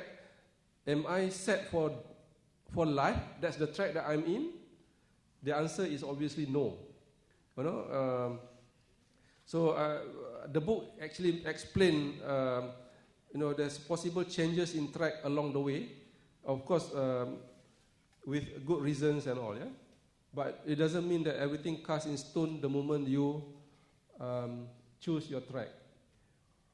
And critical elements, this is very important, career pathway simulations. Yeah? So we must be able to simulate the right mix and proportion of talent in each different career pathway. I think what this is trying to say is that, we have our rectors and vice chancellors have KPI. Some KPI are Setara, some KPI are for Myra. But we can obviously do a little bit of simulations. If 30% of our population are actually doing research and publish, can we survive Myra or not? I mean, this is the kind of simulation that we are talking about. And certain percentage are actually doing into teaching. Do we have to engage a lot of part-time lecturers or not? This is a kind of simulation our university has got to actually do. Meaning to say we need to be able to simulate in a way that our performance target for the university are not sacrificed. In fact, they should be enhanced. Yeah? And then we should be able to simulate the individual level by comparing the promotion chances of individual staff using the criteria that we are existing and also criteria that we are developing. Because sometimes we know that this particular individual are excellent. But if we map them against our criteria for promotion, somehow he or she doesn't make it. So who is in the wrong here? The criteria is in the wrong, not her or him. So we must be able to adjust the criteria. So this is what simulation means. So sometimes we actually try to do with people with already a proven record and tracks, and therefore we can simulate our criteria to be correct. Yeah? And institutional support and project review, I mentioned this about institutional support already, and workload distribution. So what happened is that we must align our annual workload according to the track that our staff are choosing. If they choose research, don't give him or her so much teaching in a semester. If they choose teaching, don't expect a lot of publication from him in a year. So this is what we mean by workload distributions, and they are equally recognized. Okay, now every division must play their role accordingly in order to make this a success. So I think strategic planning office naturally will be interested because you do not want the university KPI to be sacrificed. So they must make sure that whatever that we do, that will not be sacrificed. And the registrar office, academic division, and task force, to develop the policy, to develop the implementation structure, to do a little bit of simulation. And then to have a buy-in, conduct workshops, making sure that people understand. A lot of time people are rejecting it because they don't understand why things are actually done. Yeah? And then we must be able to execute them, developing clear processes and mechanisms. I think this is standard what we do today also. And determine the appropriate proportions of academics in each pathway. And obviously support, provide the right implementation policies, a good infrastructures to support staff development, plus grants and incentives. The reason we mention grants and incentive here is that we have a lot of money and opportunity to apply for research grant. But there are hardly enough support and grants to support innovation in teaching and learning. We know few universities now are already introducing seed fund for innovation in teaching and learning, and therefore our lecturers can do action-based research in their classes. They do not need much money, but they still need money a little bit here and there. And I think we should be very happy to note that this is the research that doesn't cost millions; it just costs few thousands ringgit a year, which we believe that university can easily support. So, providing incentives and providing grants for innovation in teaching and learning are just equally important. Yeah? And this is, again, I think ministries are also being aware of this. They are going to, I hope, this is for the ministry to answer, we hope that they are setting aside also, they have FRGS, they have many SS scheme. We hope that they also have a scheme for innovation in teaching and learning. But of course, university cannot wait for what ministry will do. University can do on their own by providing their own fund. I know for sure when I was at DVC for research, we kept aside 300,000 from RU grant for innovation and teaching. The first 2 years, 300,000 pun tak habis. We could not finish because people, they were surprised that there was such a thing. But now, I think they have to increase the grant to 1 million. So a lot more people now doing teaching and learning activities.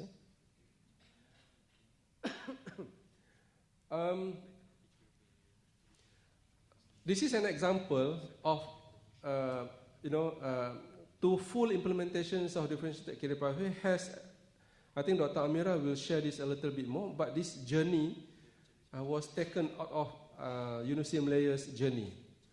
So I think the processes of it, I remember when Professor Awang shared this, when he had the town hall session, UniTP Malaya, right? I mean, they are very senior university, there are a lot of clever professors, professors who are more senior than deputy vice chancellors themselves.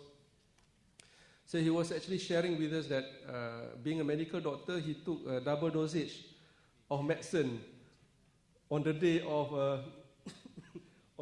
town hall session, expecting a lot of resistance from the professors. But he's a medical doctor, so I hope anybody who wants to do town hall session here, make sure you get your doctor's advice. But University Malaya managed. I mean, if University Malaya could do it, I think all universities can do it in convincing academic staff that this is the way forward. Yeah. But anyway, this is the journey that they have. So you can see that there are series of workshops. They have a special task force. Then they get all the way to the board's approval. You know. But this is University Malaya's process. Maybe some universities do not need board's approval because this is operational matters. But again, University Malaya have done that. Yeah.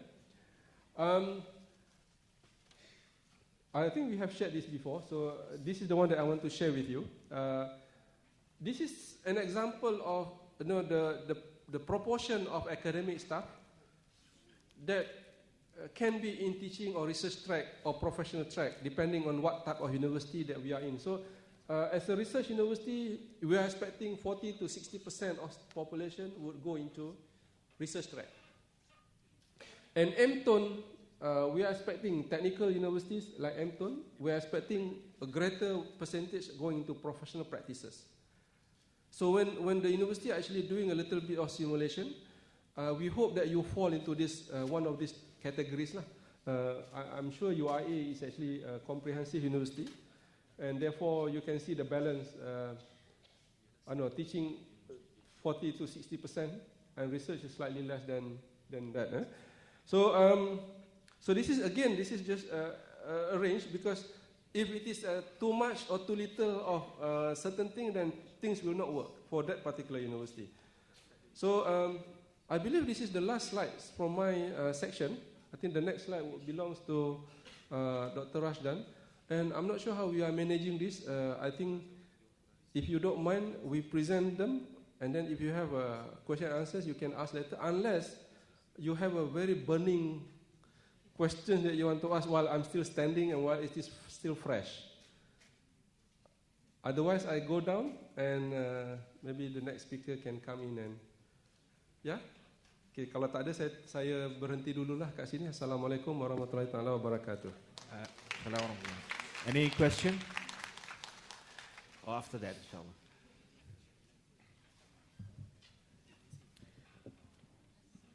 Thank you very much, Yang Berbahagia Professor Dato' Engineer Dr. Muhammad Saleh, for the speech. Ladies and gentlemen, our next guest presenter is Yang Berbahagia Associate Professor Dr. Muhammad Rashdan bin Muhammad Jailani, Deputy Director, Leadership Training Center, ACAP, and a member Orange Book Writers Team. Let me introduce him. Yang Berbahagia Associate Professor Dr. Muhammad Rashdan Muhammad Jailani is an expert in leadership of higher learning education, management of higher learning education, and Islamic thought and sciences. He received a PhD in Islamic Sufism from University of Exeter, Master in Islamic thought and Bachelor in Fiqh and Philosophy from International Islamic University Malaysia, IIUM. He has been involved in leadership and management as Deputy Dean, Faculty of Leadership and Management, University of Science, Islam Malaysia, UCIM, and later appointed as Dean of the faculty. He is now a Deputy Director of Leadership Training Center in ACAP. Now let's hear from his knowledge and experience on developing and sustaining leadership excellence in DCP. Please welcome.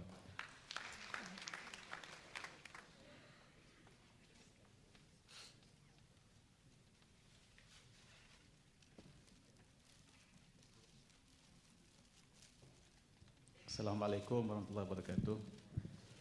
Bismillahirrahmanirrahim. Alhamdulillah wassalatu wassalamu ala Rasulillah wa ala alihi wa man wala. Good to be back here at this campus, and very pleased to meet colleagues, friends. Yang berbahagia Profesor Dato' Seri Dr. Zaliha Kamarudin, Director of the International Islamic University. Colleagues from UPM and from Office of MO, Dr. Muhammad Saleh and Dr. Amira, and then the management team from IIUM, respected professors, deans, head departments, and all academics. So Alhamdulillah, so I will continue the elaboration on this Orange Book by highlighting the fourth chapter or the fourth part, we call it developing and sustaining leadership excellence. So let's begin with how many of you in this hall actually taking any administrative post? Can I see your hand? Okay, thank you very much. Quite numbers of you.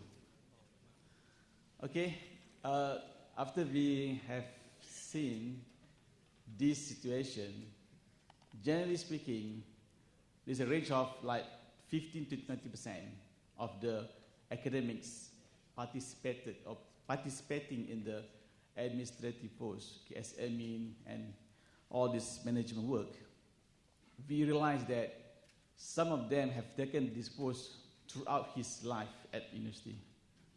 Okay, like you can see it 20 over years. When he started his career to the end of his day, okay, he is given the post because of his very excellent performance. And somehow, others are not given any chance, maybe, or are not really interested to take the post whatsoever. And then they are, we call it, having like their own exclusive life at campus, less headache, less responsibilities and accountabilities. So you can see there are two groups. I mean, in a very generally speaking, two main groups. What happened after that? Those who are in the first group, when they are being assessed and then evaluated, somehow university, those days, they consider that that is just a small portions of what they have done in their management and leadership job. And they still need to produce and also publish, okay, all the academics works and then recognitions and credibility equal and similar to those who not have any, those who have not actually hold any admin post. Okay, this is one of the reasons. Okay, and at the same time, university also need to think when they want to groom and nurture their academic to be a leader, they need to do this in a very strategic manner. We can't afford to have a leader. He is appointed to be a leader just by chance, just by maybe mistake. Okay? Then we can have unready, unconscious leader. And when they are be appointed with this post, and some of them, they do mistake, they commit mistake, and it really give impact, a negative impact to the university. So we really encourage university management to always think very strategic, think advanced when they want to groom academic to be a leader. At this current practice, those who take this post, they're given like 2-3 years. Then they go back to their faculty. Some of them. Okay? And what happened to this group of people when they are being like a ball, going there and here, with that post, eventually, all these are just macam tak ada apa-apa. Okay? They are not being recognized as their a leader or their administrative post.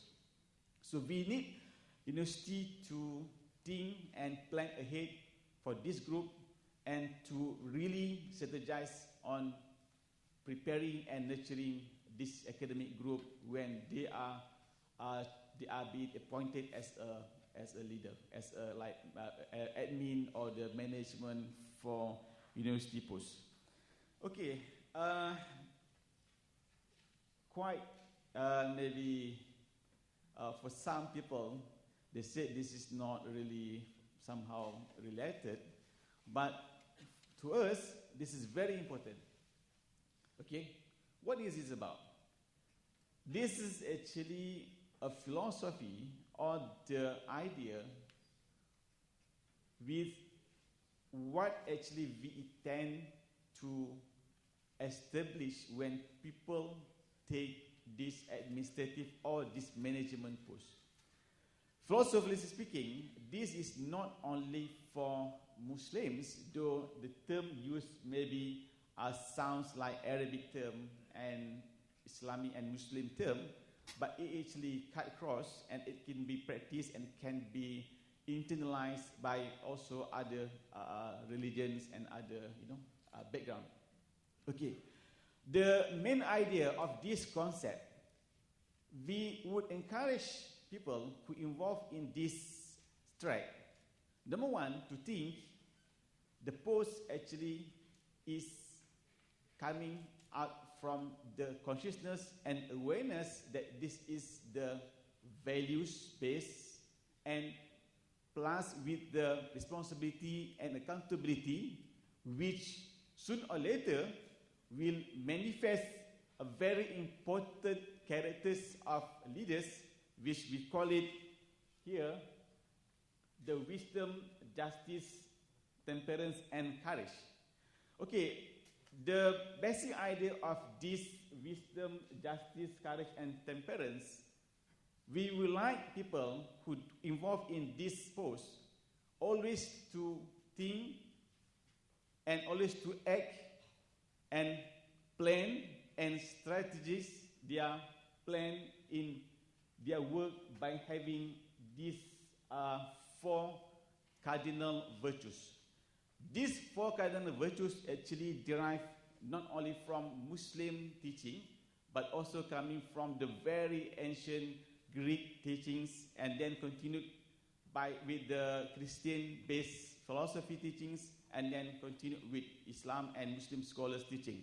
So in nature, it is very broad-based ideas and very broad-based, well accepted by many people. And then from that wisdom and that 4 basic virtues, okay, we come up with the leadership traits and also leadership behaviors. Okay, another concern of this philosophy, basically we would like leaders at university, they need to have a very solid idea of what we call it integrity and honesty. Okay, integrity and honesty are 2 main manifestations of good leaders. If leaders at university, okay, somehow maybe lack of this integrity and honesty, you can see what will happen after that. Okay, they will have many problems and many negative consequences can raise after that.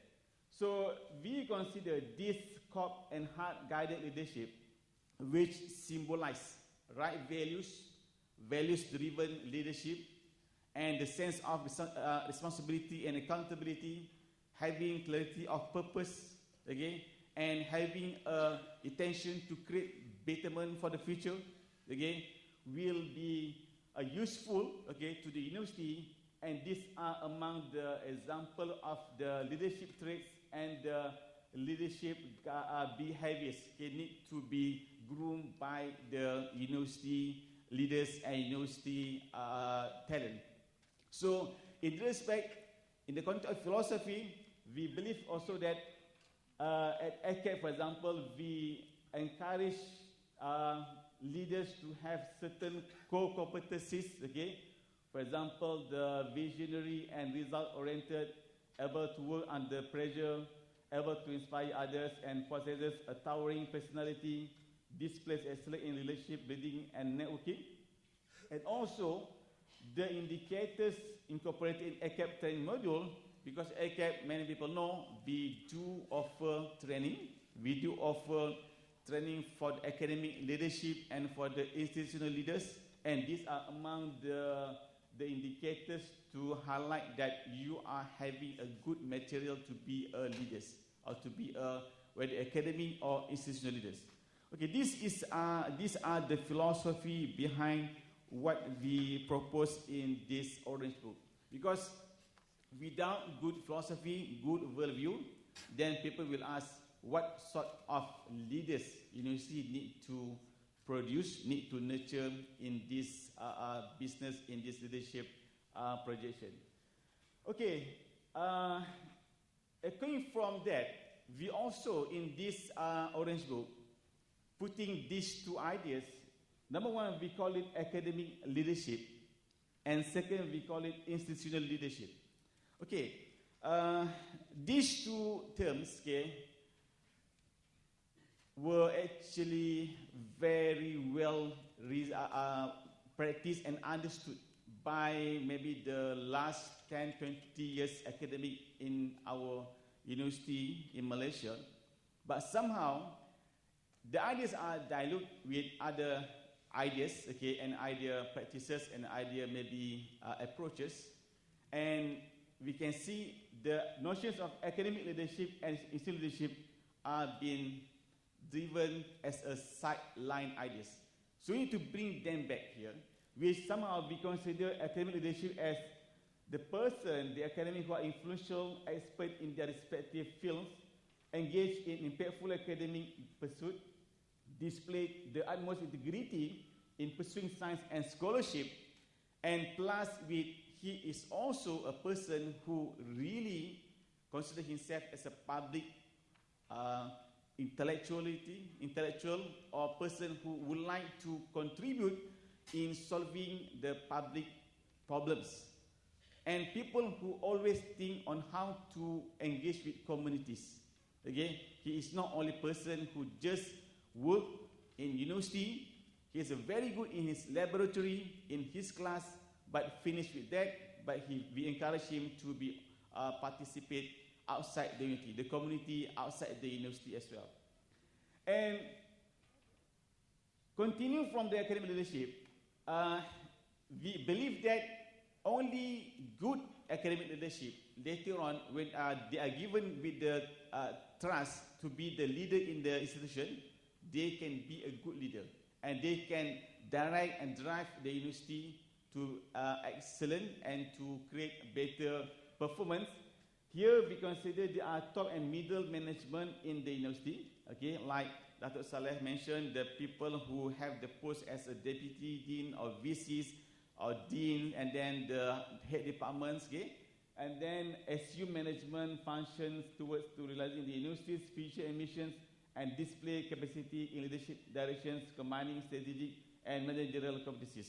Okay, these two, academic leadership and leadership, need to be practiced hand in hand, and somehow not all of us are given chance to take the institutional leadership, but to be academic leadership, each of us in this hall have a huge chance and opportunity to be excellent academic leadership. As Datuk Saleh also mentioned, you can be an academic leader in teaching and learning, academic leader in research, okay, or maybe in also the practitioner and professional practice.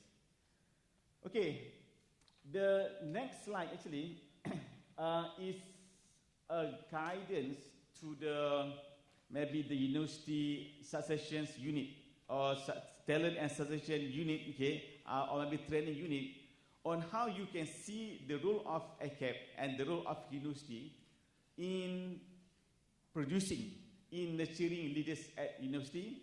And later on, you can see some of the leaders will need to be further groomed, further nurtured, further exposed. You will take them and send them to ACAP, okay, and ACAP will have another set and package of program.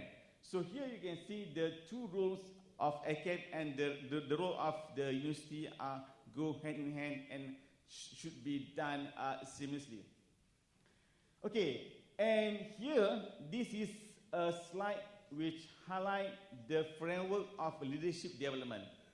I think university are not actually empty from this idea. I mean, you have done this before, and we somehow give some ideas, give some guidance to university on how they should do when they want to identify, they want to nurture and groom the leader. If you can see here, there are actually 5 main process: align values and competencies requirements, identify leadership pipeline, nurture leadership values and competencies, assess and appraise leaders, and assess effectiveness of leadership nurturing program. So when we want to design this process, okay, this needs to be done holistically, okay, and very strategic. And when we want to run it, it needs to be, at the end of the day, must involve assess the effectiveness. Okay, we can't just stop with the ideas and then to identify, it needs to the point to assess the effectiveness. And these are the detailed process, okay, which some of the university have done it, okay. For example, we want to align the values and competencies, okay, you need to base with the set up leadership nurturing committee, and then we have the determine relevant traits and behaviors and design assessment tool to measure leadership metrics and indicators, okay. So here maybe it can be done at the department level or the faculty level. And then we have the leadership pipeline. So these are the process involved. Okay? Maybe you have done this before. By appointment, by election, by search committee, focus group, and in-depth interview. And then we also have the nurture leadership, values and competencies. We have training analysis, organization development, coaching and mentoring, and experimental leadership program. And then we have assess and appraise leaders, and follow up with the assess effectiveness of leadership nurturing program. Okay? So these are the process. Again, the recommended key process need to be implemented to have a good leaders or to nurture leaders. Okay, so basically, these are the chapters that we are offering in this Orange Book. So in a nutshell, number one, we highlight the leadership values and competencies, the COP, the HEART guided leadership model. The COP, the HEART model actually will prevail good traits and behaviors and good manifestations of performance and work, and will also produce a sustainable leaders. Because very clear, we don't want a good leader at one cohort, but then at the other cohort, we are having problem to find and to identify a good leader or an excellent leader. So this needs to be a very sustainable talent development and process. And number two, we introduced the idea of implementation framework for leadership development. This consists of aligned values and then identify leadership pipeline, nurturing leadership values and competencies, assess and appraise leaders, assess effectiveness of leadership nurturing and programs, and finally, we also highlight the role of higher learning institutions and ACAP. So, university must have their own training and strategy on how to identify leaders, and later on they will, maybe we can say, bounce to ACAP and let this leader go to ACAP and have some, we can say, like more exposure, okay, more, we can say, practical ideas of leadership in terms of what we have at ACAP. Okay, so just my last slide here, these are the programs that we are offering at ACAP. So we call them as the number one academic leadership package. Again, so they are, we package them into 4 different segments. We call it individual academic.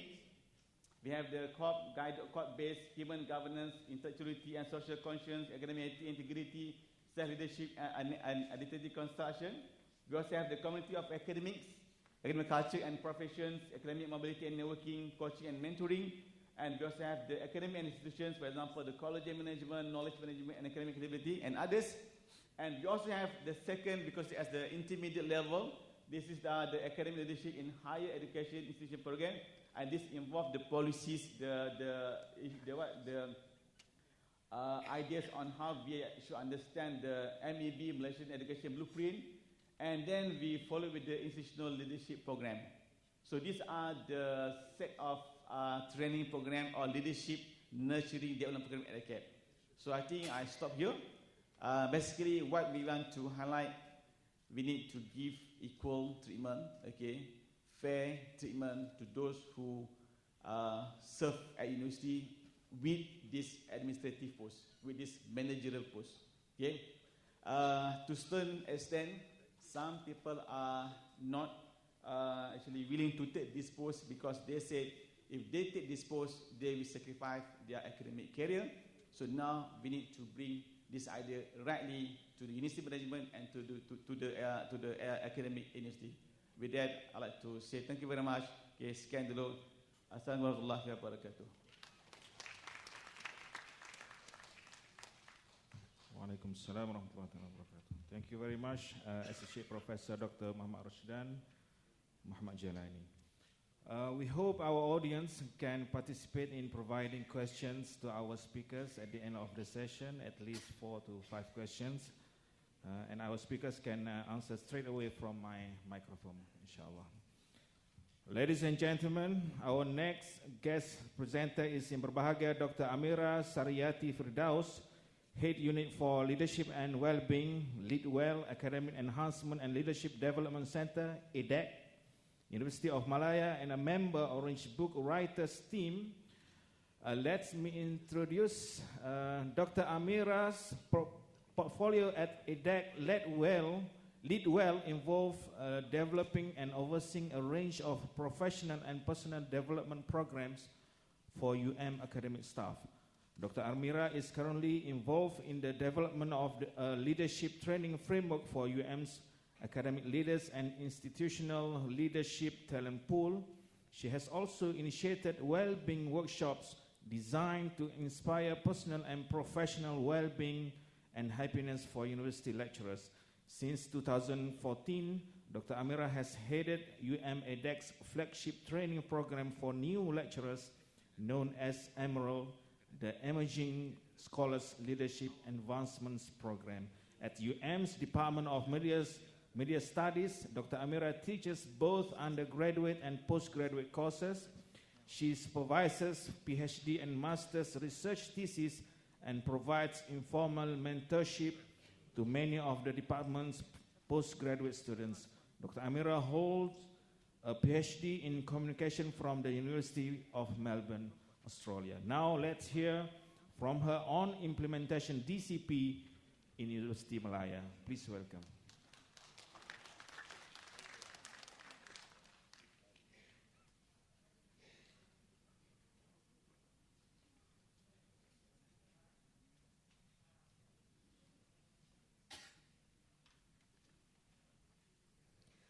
Assalamualaikum. Very good morning still, I believe, to the Honorable Professor Dr. Sri Dr. Zaliha Kamaruddin, Rector of International Islamic University, Malaysia. My mentors and inspirations from the Orange Book, Yang Berbahagia Prof. Datuk Dr. Saleh, and also Yang Berbahagia Associate Professor Dr. Rashdan Jalani.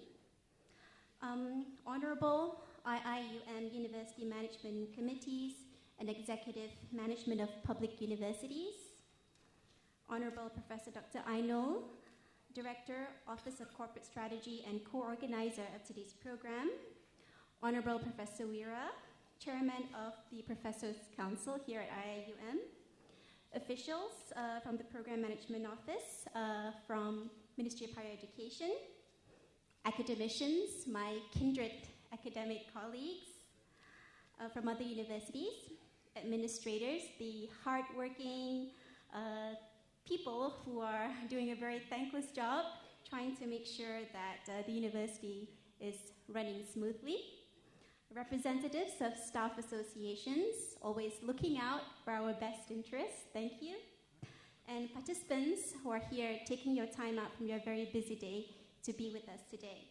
Before I begin, I'd like to say a very special thank you, actually, to Datuk Sri for your very, very warm welcome. And also a very special thank you to Prof. Ainul and her team for your hospitality. And also to my good friend, Dr. Adel, the Deputy Director of the Center for Postgraduate Studies, for her hospitality as well. I am very happy to be here at the Garden of Knowledge and Virtue. Datuk Saleh, I think, has been here many times in his official capacity as a leader. And Dr. Rashdan is, of course, a proud alumni of IIUM. I also feel like IIUM is home because I used to come here in the around 1998, 1999, when my mother was a teacher at CELPAT. That's, I think, the Center for English Language. And I was here when the university was just starting to be planted with trees. It was still very warm then, but I see now that it's a beautiful university now with very big trees, very green university. So it's very, very beautiful, very nice to be back here home again. Okay, I will speak about University of Malaya's experience in implementing this differentiated career pathways. So I'm actually here as a Bidan Terjun, but I'm very happy to be here.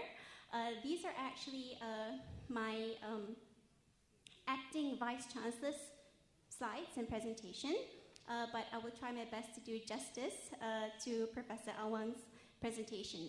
As Datuk Saleh mentioned earlier on, Professor Awang Bulgiba is not only the representative of University of Malaya in the Orange Book, but he is also the head and the director of the Orange Book team. So he is very much, in the know when it comes to implementation, because University of Malaya actually went out and began to start implementing or start planning for our own multi-track pathways. Along the same time, actually even before, the Orange Book team started with our writing project. So a lot of the things that happened at University of Malaya actually happened concurrently with the development of the Orange Book, and in a sense, as Datuk Saleh very kindly mentioned earlier on, some of University of Malaya's experience has been incorporated into the Orange Book. And at the same time, other universities, I think in particular UITM, also as Datuk Saleh mentioned just now, had also begun starting with multiple career tracks for its academics. And that also was quite very useful as well in terms of contributing to the Orange Book. So I will now, okay, sorry, excuse me, can I? Very sorry about this. Need to look at the slides. I'm trying to figure out how to actually use the pointer properly. Oh dear, I'm so sorry.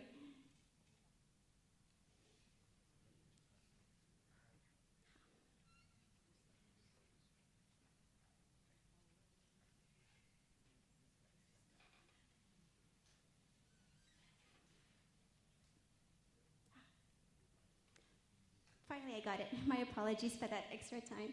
Okay, so let's look at UM as we know it. Basically, UM and its university career structure before the implementation of our multiple career tracks. And I'll afterwards introduce you to the multiple career tracks at UM and how UM went about implementing this new multiple career tracks. In the University of Malaya, we named it multiple career tracks. But of course, in the Orange Book, it's called the differentiated career pathways. So even in the naming, you can see that the universities are quite autonomous in deciding how we wish to conceptualize what the differentiated career pathway is along the guidelines provided by the guidebook, the Orange Playbook. So UM, as we know it, is of course a very broad-based, research-intensive university. We have huge number of faculties and academies, centers, and institutes. And we are also, of course, recently ranked number 114 in the world by QS University World Rankings. And along with that ranking, we are also ranked in 32 subject areas. We are top 100 in 19 subjects. And we also are top 50 for 5 subjects. So as we can see, UM has indeed very good reputation, very stellar reputation as a research university and also as a comprehensive university. And here we can also just to share further on, many of UM's programs, particularly its professional programs, are accredited by global professional and industrial accreditation bodies. And we are, at the moment, doing very well with our publications. It has been going up since 2008, when we began with 596 publications listed or indexed in the ISI Web of Science. And that, most recently, according to the data that we have, is now up to 3,000, nearly 3,500. It may have actually exceeded that because these are figures from 2016. And similarly, in the apart from ISI, we have also been doing very well, and as you can see in the graph, when compared to many of our colleague universities, we're also doing well in Scopus publications as well, and there's not much difference between our ISI publications in terms of the number and the rise, and our Scopus publications. So basically what that shows is that previously, before we implemented the multi-track career pathways, UM has indeed been doing very well in terms of TNL, in terms of research, in terms of being among, in terms of citation as well. So very, very stellar performances in research. Now, so just to sum it up, as I mentioned earlier, we're doing well with international industry accreditations, world research excellence, and also globally top-ranked university. So with such, a stellar performance track, one might wonder, why would UM suddenly decide to change its structure in terms of the people who are actually contributing to these wonderful achievements in UM? Why would UM suddenly decide to change from a one-size-fits-all structure, a one-size-fits-all framework for its academics, where promotion is based on your ability to publish and your ability to get grants and so forth? Why would UM suddenly change into a multi-track career pathway? Now, this question actually, we can pose it, this was before we began work on the Orange Book. So we actually started looking at going into a multi-track career pathway from a one-track career pathway, I think around 2015, early 2015. And then I think Dr. Saleh invited Professor Awang to actually come on board and lead the Orange Playbook to see how the differentiated career pathways can be conceptualized and formed and guide other universities on how to do it. Okay. So as mentioned earlier, UM is of course doing very, very well, as you can see, from our research and also our accreditations. But University of Malaya does, of course, institutional reflection and continuously sought areas for improvement. So research emphasis was indeed, the research emphasis, the research-centric kind of academic environment in UM. That was indeed very good for the university as an institution. And of course, for the researchers, the academics, and the lecturers who are actually able to contribute to publications and to research, it was also, I think, quite rewarding for them in terms of course, social recognition.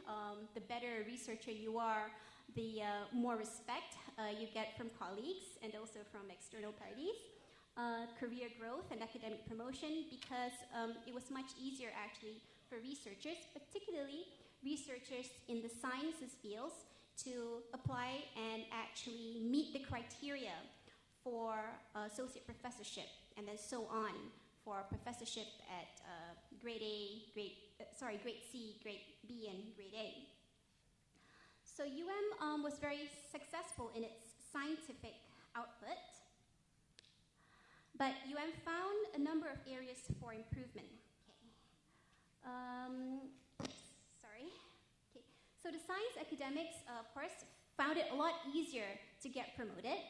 However, the social sciences still lagged behind in terms of research output, mainly because research was measured in science terms. How many million research grants you can get, how many tens of publications in Tier 1 ISIs you can achieve, patents, and so forth.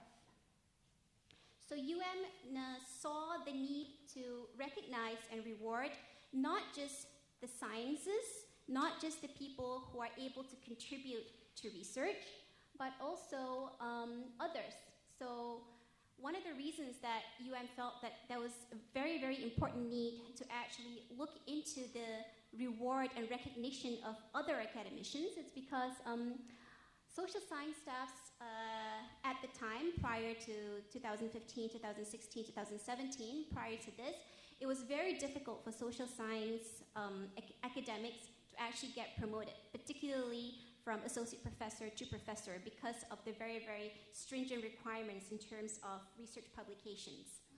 And at the same time, we also had another group of lecturers, many of them from the Faculty of Medicine and also from the Faculty of Dentistry, who were finding that their clinical contributions, when they see patients at UM Medical Center, when they look after patients and actually practice as clinicians, they found that their work is not counted as a contribution when it comes to promotion.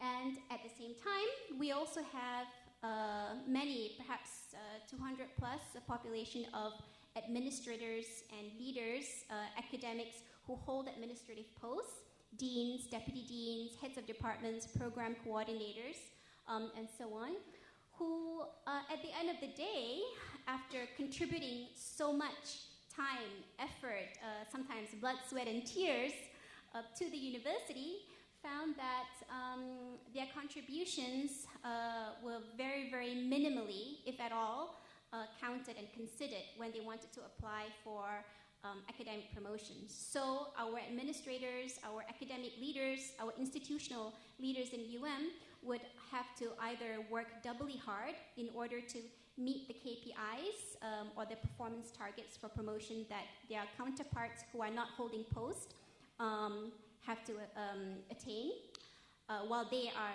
also holding a post and running the university, so they have to work doubly hard in order to meet those promotion KPIs. Or if they spend 100% of their time serving the university, what happens at the end of the day is that they found it very, very difficult to get promoted. So their colleagues, their juniors, their staff would get promoted, but the deans and deputy deans found it quite difficult to get promoted into professorship or to get promoted beyond Professor C to Professor A. And finally, another issue that UM realized was that teaching excellence, although something that is really the bane of existence for a university, because we are here to teach students, we are here to educate the next generation, but unfortunately, teaching excellence was not duly rewarded, and people who were academics who are excellent teachers, passionate educators, found that if they did not also become very, very productive researchers, it would be very difficult for them to get promotions. So all of these realizations came about around 2014 and onwards. A number of parallel developments occurred in UM, just to give you a bit of the background of why we implemented the multiple career tracks and also why we chose the route that we chose in implementing the multiple career tracks. So the parallel developments were that in August 2014, the LPU, UM Board of Directors, called upon university management to consider revisiting the criteria for academic promotions.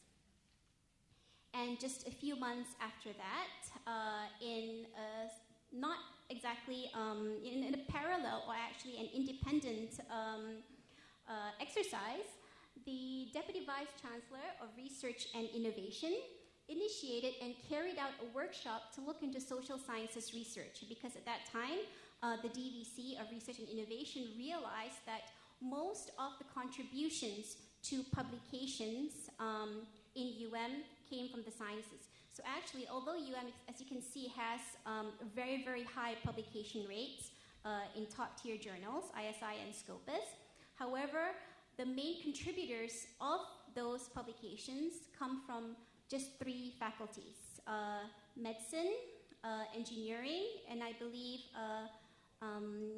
computer science, IT, and possibly the science faculty.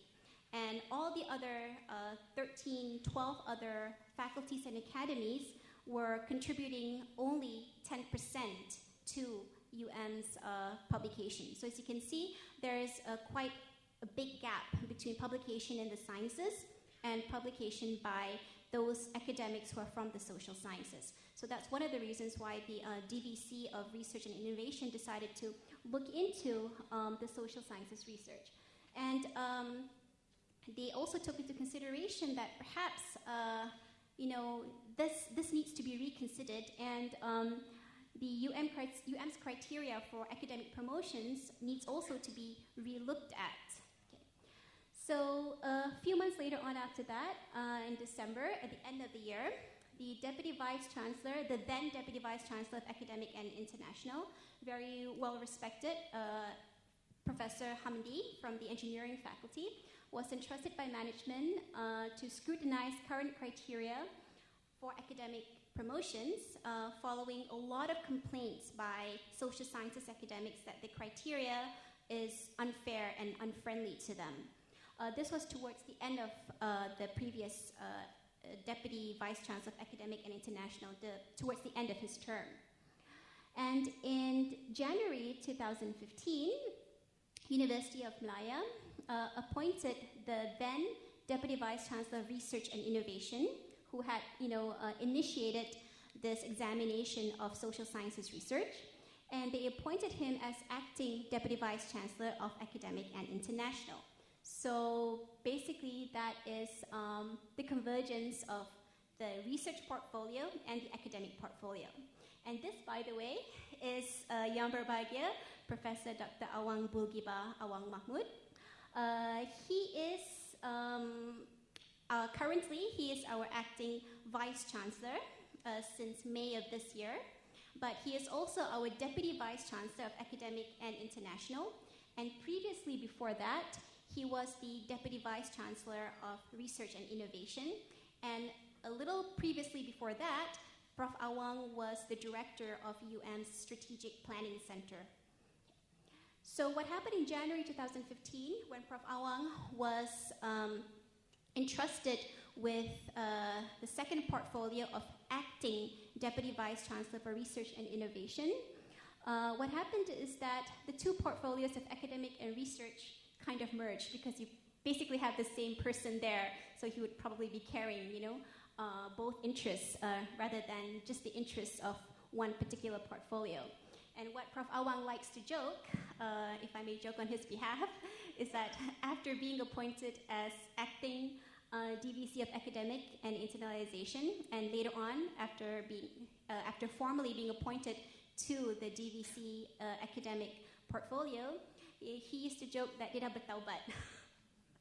Because, and I apologize first to respected DVCs or Deputy Directors of Research and Innovation, but my previous DVC of Research and Innovation said that he apologized or dia bertaubat because he was really emphasizing on research and he couldn't see the other side of, the other contributions to UM. But luckily, Allah Maha Esa bukakan mata beliau and he got appointed as DVC of Academic and International. So this actually, I think, it's a nice story, but it's also a very, very important consideration, because one of the highlights or one of the principles of the differentiated career pathways is that we want to make sure that academics who are contributing in diverse ways, maybe through research, maybe through teaching and learning, innovation, through community engagement, through professional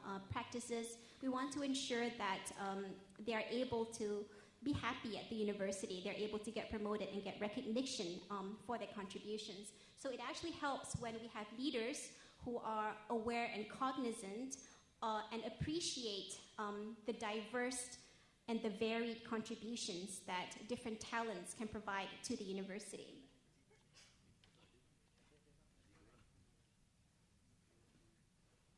Oh, sorry, I don't know why this one keeps coming on. Sorry about that. Okay, so the convergence of UM academic and research portfolios, what does it mean for UM?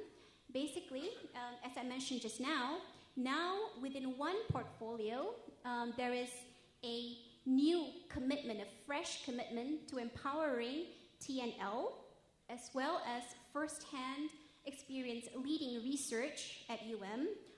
Prof. Awang, by the way, was quite influential with his policies and his initiatives to get people to publish more, which is one of the reasons why he set it up with Taubat, because he kept on pushing publications when he was DVC of Research and International. So he had first-hand experience in leading research at UM, and now there is a will to acknowledge and reward the range of academic contributions, research, teaching, and the others as well. So now, I guess, is the part that all of you here probably would want to know most about. How did UM go about implementing the differentiated career pathways? So initially, the old standard academic performance target, we called it the SAPT in UM, that's UM jargon. Basically, it means the promotion criteria for anyone wanting to apply for academic promotion. It was rigid and it lacked flexibility. It did not recognize individuals' strengths and tendencies and their varied strengths, tendencies, and talents within the university. And it relied on a similar performance and productivity indicator, not considering the differences between disciplines.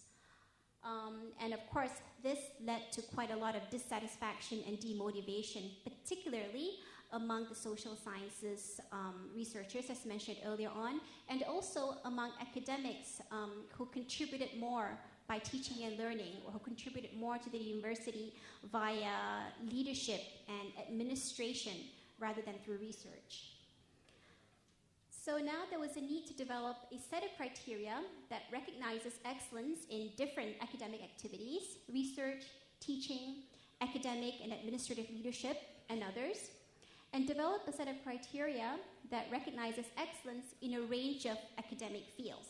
So the idea in UM was that the career tracks should be beneficial for academics who do other activities aside from research, and also beneficial to academics across all the different fields that there are in UM. Okay. And alongside that, it was decided and it was found that it was needed to develop a more flexible and equitable reward system for roles with differing emphasis, all of which are important not only for the promotion of individual academics, but with a bigger picture, all of this is very, very important in the delivery of UM's vision and mission as a premier research university. So what did UM do? So this is where the implementation part comes in. If you remember Dr. Salih's earlier slide where he showed the number of months that it took from initial implementation, from the initial planning to the final implementation, this, as I mentioned earlier on, was inspired by UM's experience. So the process took a year to start from the beginning, the conceptualization of it, to getting endorsement from the LPU, or the Lembaga Pengurusan University.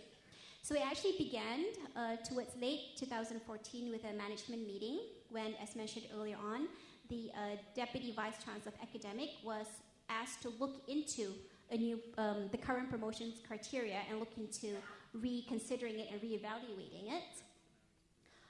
SAPT is the promotions criteria in UM.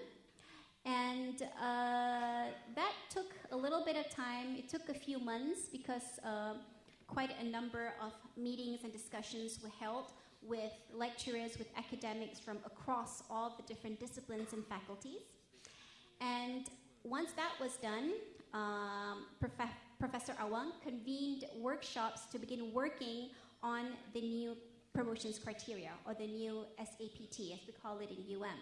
So these workshops took quite an extensive amount of time because, as you can imagine, you have different professors, different lecturers, all from different disciplines, and everyone coming with their own perspective. So there was a lot of debate, a lot of discussion, a lot of give and take, a lot of negotiation, which is why we actually had to go with 5 different workshops. So those 5 different workshops did not include necessarily the same small group meeting 5 times, but rather the 5 workshops included various different representatives meeting. Sometimes you would have someone who came to the first workshop and then would come again maybe to the 3rd or the 4th workshop, and so on. So there was a lot of debate back and forth, and there was also a lot of, at the same time, there was also continuity from the discussion from one workshop to the other. I myself was involved in, I think, 3 of those workshops. So some of the ideas that I wanted to present were discussed and considered, and some were set aside. So that's okay, because at least people that I represented, had their say, and we were able to actually get some of the things that we thought were important in reconsidering the promotions criteria. So we managed to get some of that through negotiation on the table, and it's actually being implemented now. So after the 5 workshops, there was a draft of, came up with a draft of criterias, of weightages, of how many, numbers or how many percentage of the university population should be in which track, and so forth. And finally, this draft was presented to the entire university via emails, via meetings. I think the deans and DVC meetings, and then there were other meetings again at faculty and department level. So these were introduced to the university, and this introduction of the new draft of the promotions criteria in UM then culminated into a number of town hall meetings where Professor Awang personally came down with his team, with those who were very much involved with the drafting of the new criteria, and basically opened the doors and opened the floodgates to allow anyone who came to the meetings, to voice their dissatisfaction or to give new ideas or to ask questions. And finally, after town hall meetings, feedback were taken into consideration. The draft was edited so that some of the considerations, some of the feedback could be incorporated into the draft. And then finally, after that, it was presented to UM top management and to the board of directors, LPU, for endorsement. And finally, only then after that, was it implemented. So how long it took is, as you can see, we actually started in February 2015. The idea at the Deputy Vice Chancellor of Academic and International's portfolio started taking root towards end of the year, early of the year. And in February, they managed to organize the first workshop. So these workshops span the entire year. In the middle of that, I think around June or August, we started work on the Orange Playbook with the PMO under guidance and consultation with Datuk Saleh. And these are just some examples of pictures or galleries of people actually meeting and discussing it. So you can see very, very heated discussion, very tense faces. But that was good. That was good because UM academics, their representatives, were able to voice their opinions. It wasn't a top-down directive from the management with a small elite number of professors deciding it. It was actually a consultative process where many people came together and gave their opinions, gave their feedback, and gave their proposals on how the new promotions criteria, according to multiple career tracks, should look like. Okay. So the first workshop, just to recap, had quite a huge attendance. 40 people attended the workshop. And it was decided during the first workshop that UM would begin with 3 tracks. One would be the clinical track, the science track, and the social sciences track. So how they decided this was because during the workshops, it was quite natural that academics from these different clusters of disciplines tended to cluster together because they had similar ways of working, similar interests, and similar ways of contributing to the university.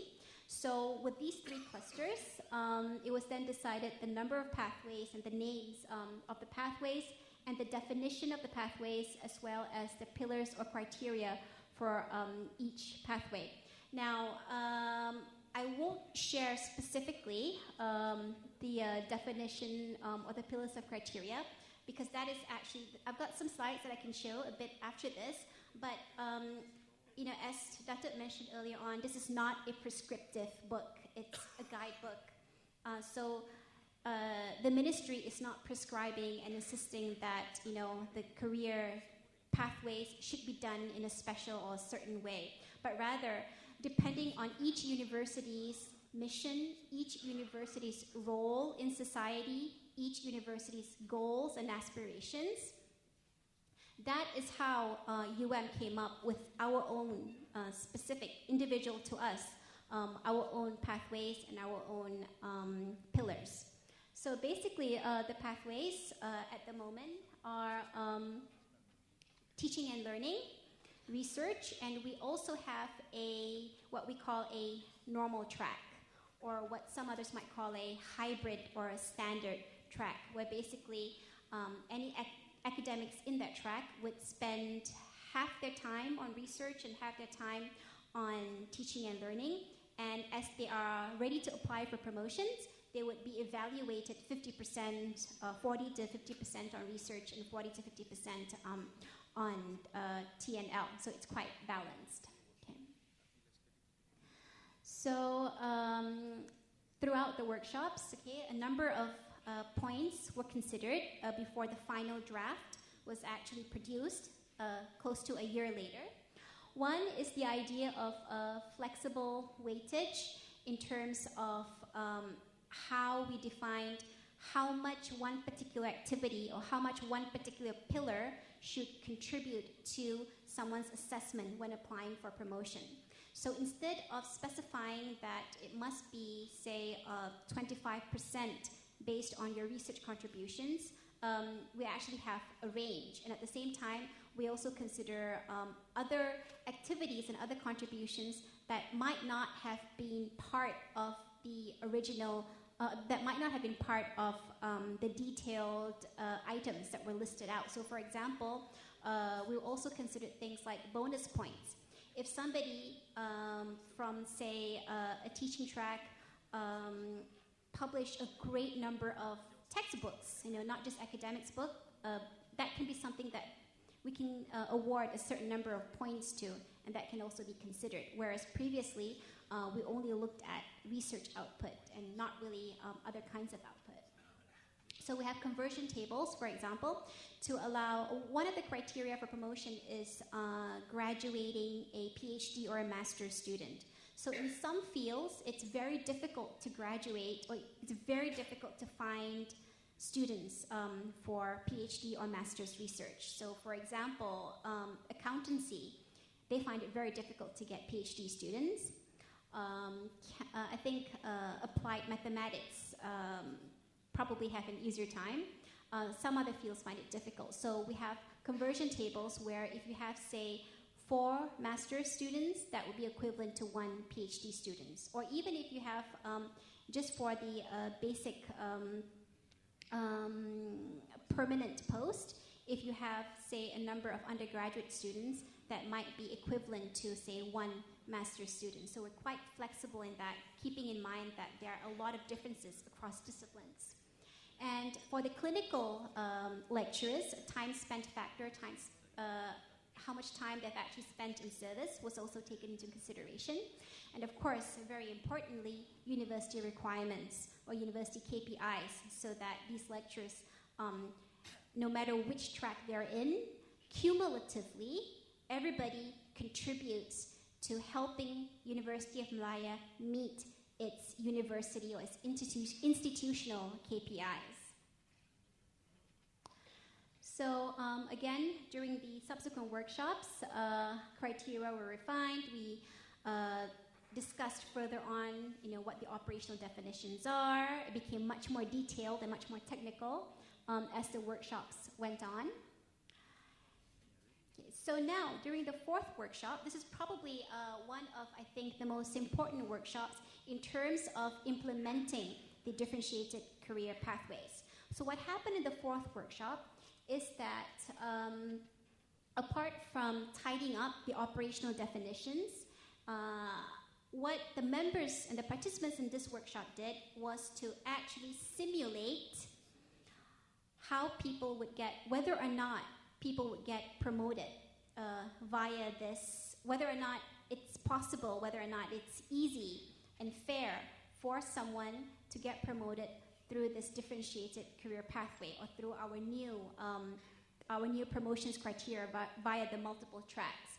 So a formula was worked out, quite a technical formula, and simulations were carried out. So how the simulations were carried out was that the workshop identified a sample of 10 lecturers from different fields, and these are lecturers who are known to be almost ready or just about ready to apply for the next promotion. So they could be either senior lecturers or assistant professors, equivalent to that here in IIUM, wanting to apply to associate professorship, or they could be associate professors just about ready to apply for professorship.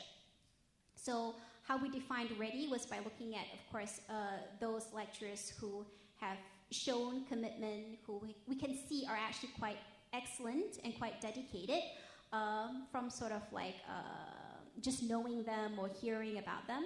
But then we took these lecturers and looked at their individual outputs. We looked at the number of courses they taught, the hours they taught, the number of students they're supervising, the number of students they've graduated, looked at their research output, how many articles they've published in ISI or Scopus, looked at how much research grants they have brought in, looked at how many patents they have filed if they are from a sciences field, and looked at also as well how many posts they have held or what kind of administrative contributions have they contributed to the university. Have they been a committee member at department level? Have they been a representative of the university to a committee or to a working group at the national level or international level? Or even have they represented their faculties at a university level meeting? So we took all that into consideration and simulated whether or not these lecturers would be able, by plugging in all of their outputs and achievements, as I listed just now, into the formula, we took a look and see whether or not they would be able to get promoted. So a little bit more tweaking was done to ensure that, you know, it was fair and whatever items that were left off were included.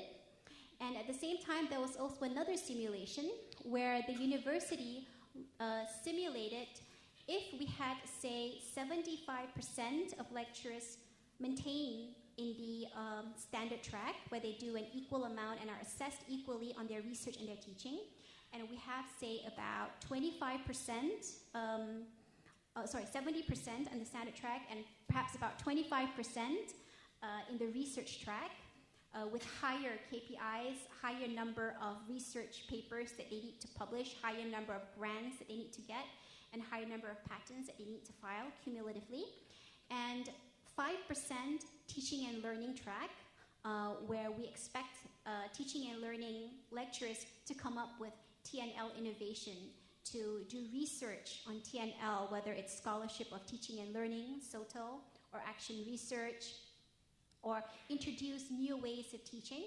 So we simulated all of these different criteria and items and activities that lecturers would do, depending on all this grouping of how many percentages would be doing it, to see whether or not UM would still be able to maintain its competitive edge in research, whether or not it would still be able to meet, whether or not it still had the manpower and the output in order to meet the accreditation requirements of various professional accreditation bodies, whether or not it's still able to maintain its rankings in the global rankings.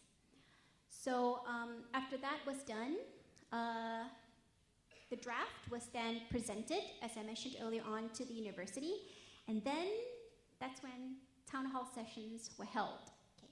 Now, very interestingly, something that the Secretariat found was that email feedback was very low.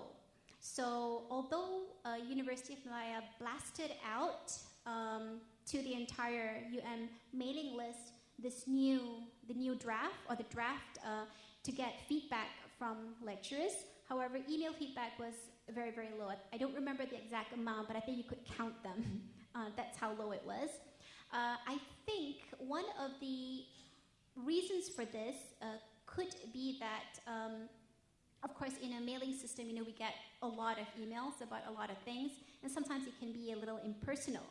So what the DVC then, Professor Awang, decided to do was to go and hold town hall meetings and actually explain it and present this new criteria to the university community and see what people's reactions are, see what their feedback is.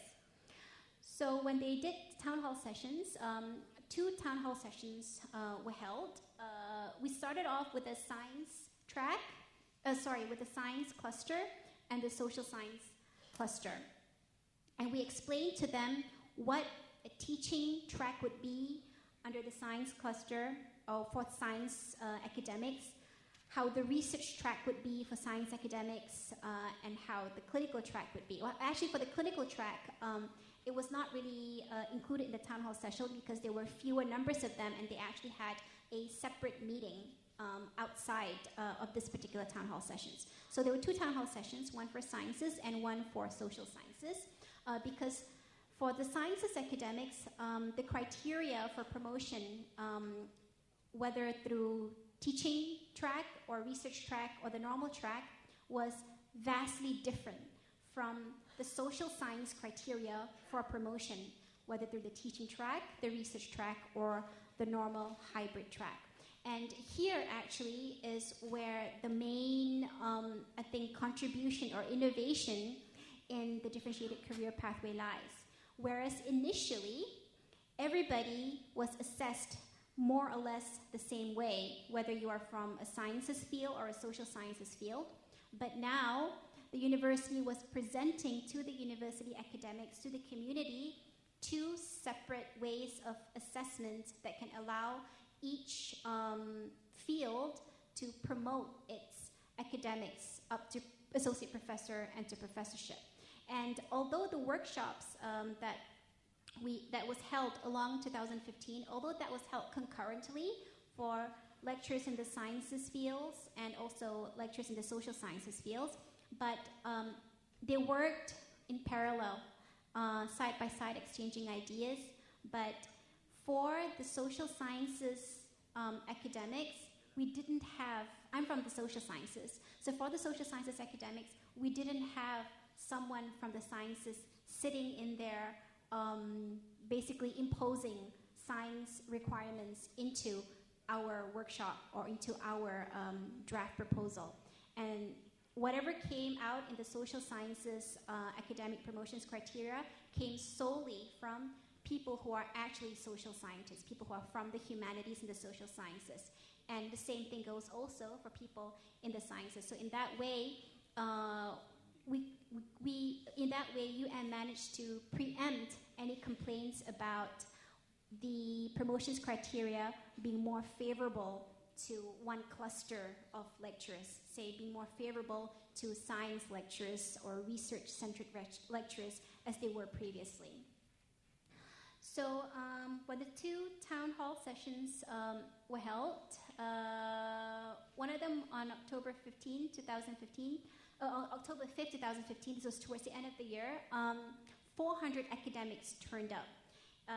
And they had to actually use 2 separate halls linked via a video link because there just wasn't enough space to accommodate everybody in one hall. It was a very, very, the clinical cluster had another town hall meeting, as I mentioned just now. So it was a very, very heated meeting, very heated discussion, and as Dr. Saleh told the story of just now, Professor Awang, he's a medical doctor of public health, so he knows how to administer his own medication. So perhaps if anybody wants to self-medicate, check with the doctor first. So Professor Awang actually, and he admits this, he took a double dosage of, I think, blood pressure medication because he knew it was going to be heated, and it was a very, very heated discussion. It began, I think, at 2 o'clock in the afternoon. I'm in there somewhere, but not in the picture. So that is with presentations, basically leaders from the workshops presenting the draft criteria for promotions. So it began at 2 o'clock in the afternoon, and it went on and did not end until there were no more questions. Not a single question, and only then that we wrap up the town hall sessions. So as you can imagine, a lot of debate, a lot of feedback, because although the draft has been blasted out to everybody via email, via meetings, but sometimes it still didn't get down to the individual lecturers.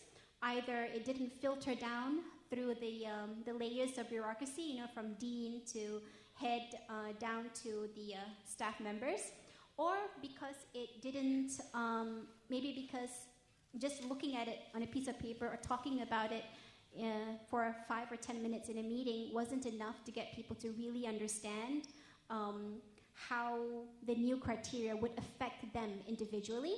So because of that, we had a lot of debate, a lot of discussion, and Persatuan Kaki Tangan Academic, or the Academic Association, Academic Staff Association, were also represented during this town hall meeting and also during the workshops earlier on. So their considerations, their demands for our welfare were also taken into consideration.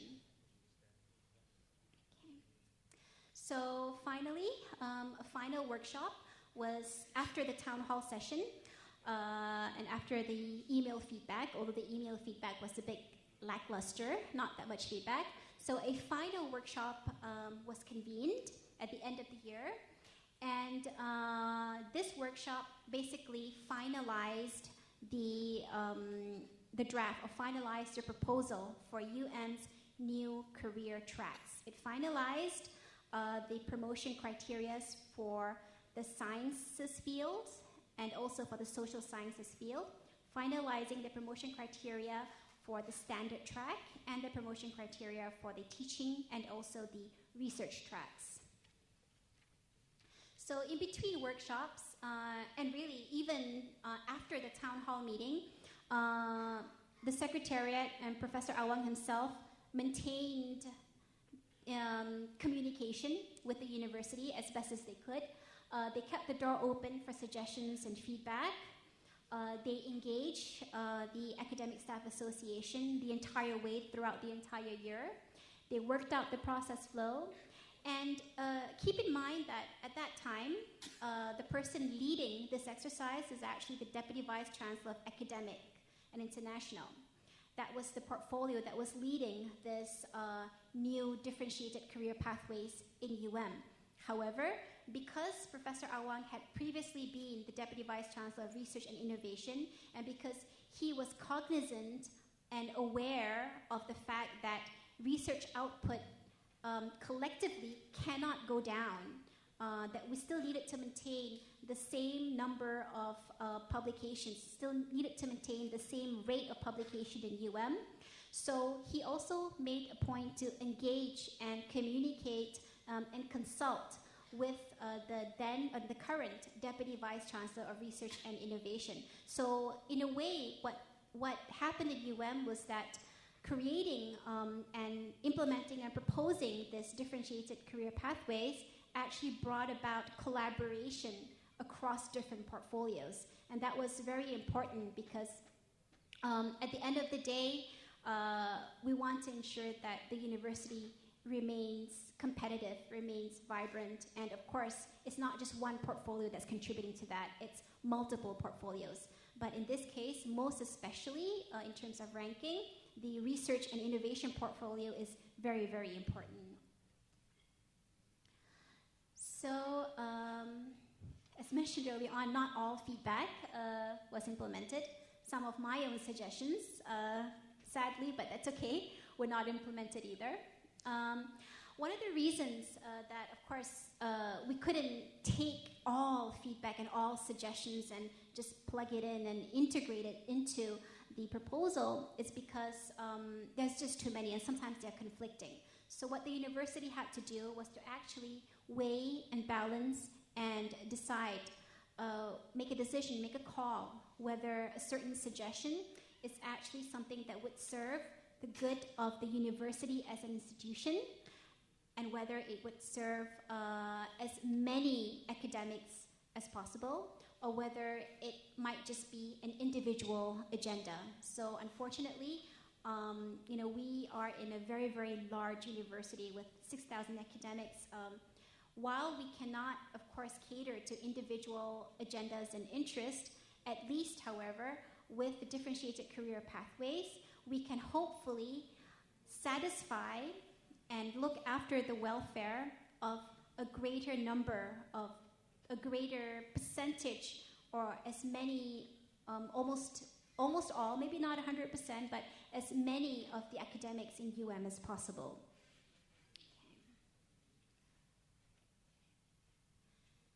Okay, so this story goes on. I think, if I'm not mistaken, initially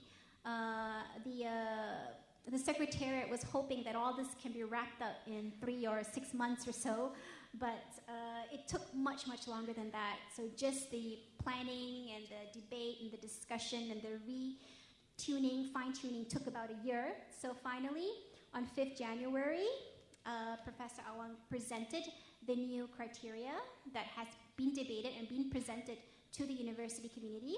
He presented it to the management, and the management approved the new criteria.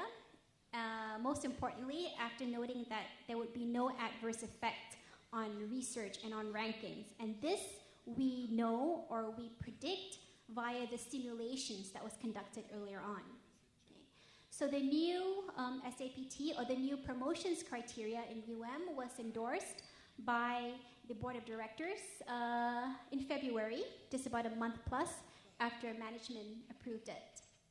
So 1 year to get there, and it involved dozens, maybe hundreds of people working on the proposals and giving feedback and suggestions.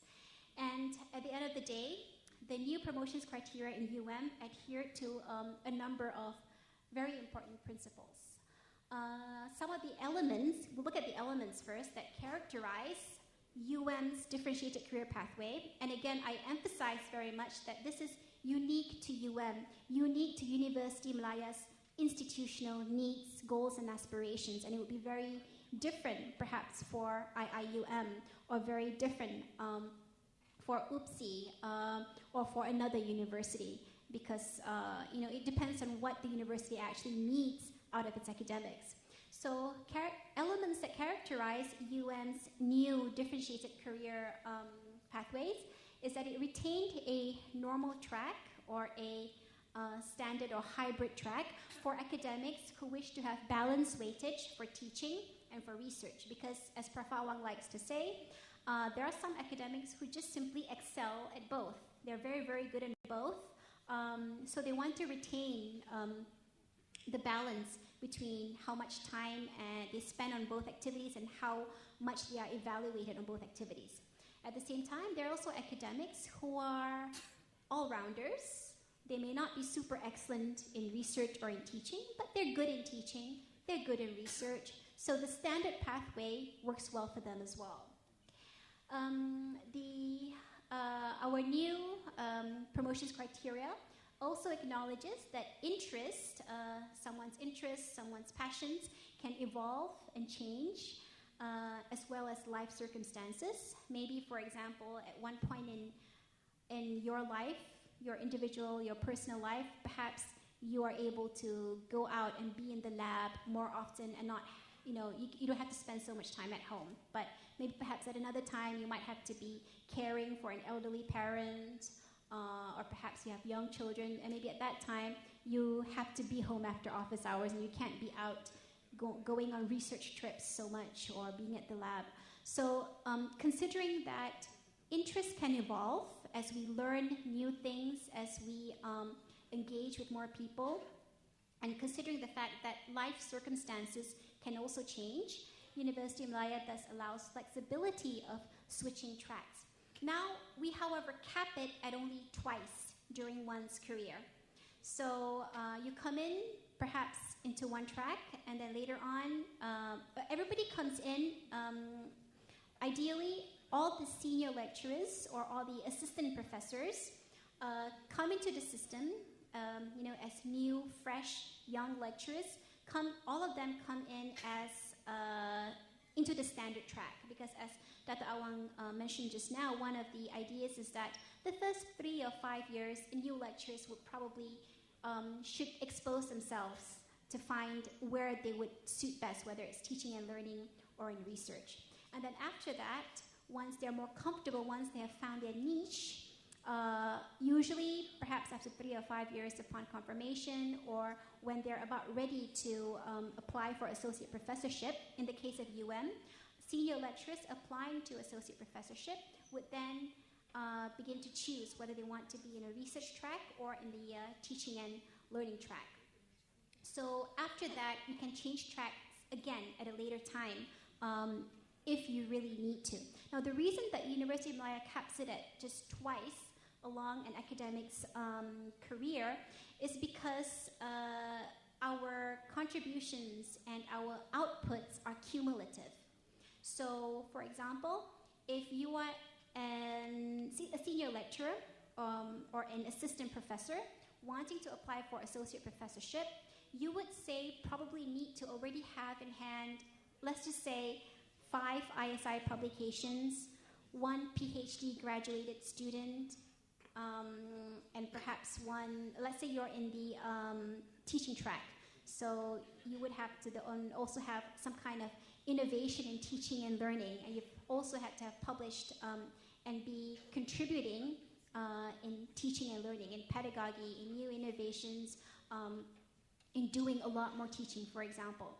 So, however, you would then have spent less time on finding large research grants or publishing research papers in ISI journals that are for research in your particular field, whether it's law or chemistry or engineering or medicine, because all this while, maybe 3 years or the 5 years before you became associate professor, you've been focusing on teaching and learning. So what happens then is that if you change tracks, you would not have accumulated enough of these outputs in order later on for you to apply for professorship in that particular track. So that's why we actually cap it at that particular just 2. So basically the rest of it is some of the different weightages and percentages, which, as mentioned early on, would be different for each university. And performance indicators and UM's career track, as mentioned early on, looks at all the different performances and indicators in the different tracks. So the rest of it actually is just the idea that important principles that we need to focus on when coming up with the career tracks is that it has to be fair, it has to be flexible, we should have compensations and conversion tables, and most importantly, there should be a transition period where people would actually... Can we continue during the Q&A session? Okay, I apologize for that. Just to end, a transition period is needed for people to transition from the old criteria to the new criteria. So with that, I thank you so much for your attention, and thank you very much to Dr. Sri as well for your patience. Assalamualaikum. Waalaikumsalam warahmatullahi wabarakatuh. Thank you very much, Yang Berbahagia Dr. Amira Saryati Firdaus. Ladies and gentlemen, can we take about 1 to 2 minutes breaks, as our committee would like to set up for the settees. Sorry? Terus ya? Okay.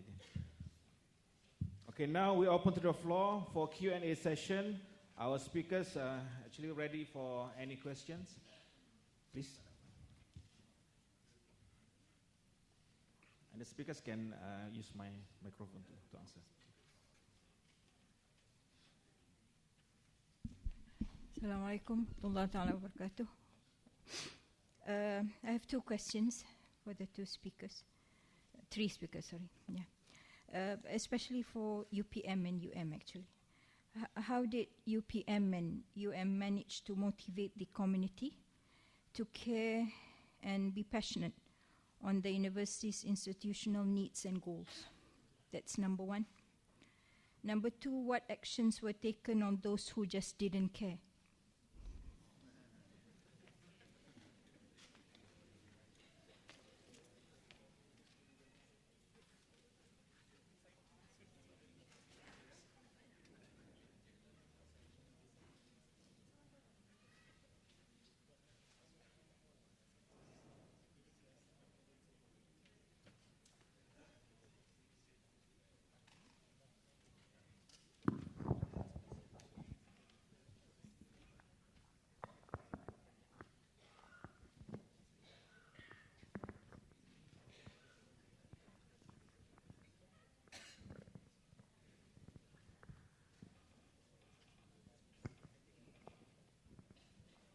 Can we compile the question first? Thank you very much for that first question. If I understand it correctly, you were asking how University of Malaya motivates people to care about the university's goals and how it deals with people who are not contributing or not wanting to contribute to the university. Is that correct? Okay, thank you. I may not be the best person to answer this actually because I am not in the higher level management, but as I guess you can say a low level management, I'm a head of a unit in University of Malaya that looks after training of new lecturers, and also we are working on the leadership, institutional leadership training framework as well, and I'm also trying to look into well-being and happiness of UM lecturers. So one of the things that we are doing at the Academic Enhancement and Leadership Development Center, or ADAC, in UM, and I think this is equivalent to IIUM's Teaching and Learning Excellence Center. So one of the things that we do is not only to provide training to increase competencies, but we also engage with the university lecturers, particularly the new lecturers who come in. So one of the ways that we try to ensure that new lecturers feel a sense of belonging and pride to University of Malaya, one of the ways that we try to ensure that new lecturers want to be in UM, to serve UM, to contribute to UM, and not merely just to carve out a career for themselves, is by having one-on-one engagements. So what we do is, when a new lecturer is appointed to UM, we invite them to join our training program. And of course, the word is invite. It's not a letter that says you must attend a mandatory program, and if you do not, these are the consequences. We actually send out a letter or an email of invitation to the new lecturers to come and join our training program. And the particular training program for new lecturers in UM actually consists of several modules, which they take across the period of 1 year, as and when it is offered and as and when these lectures happen to be free. But before that, every lecturer comes in to a briefing.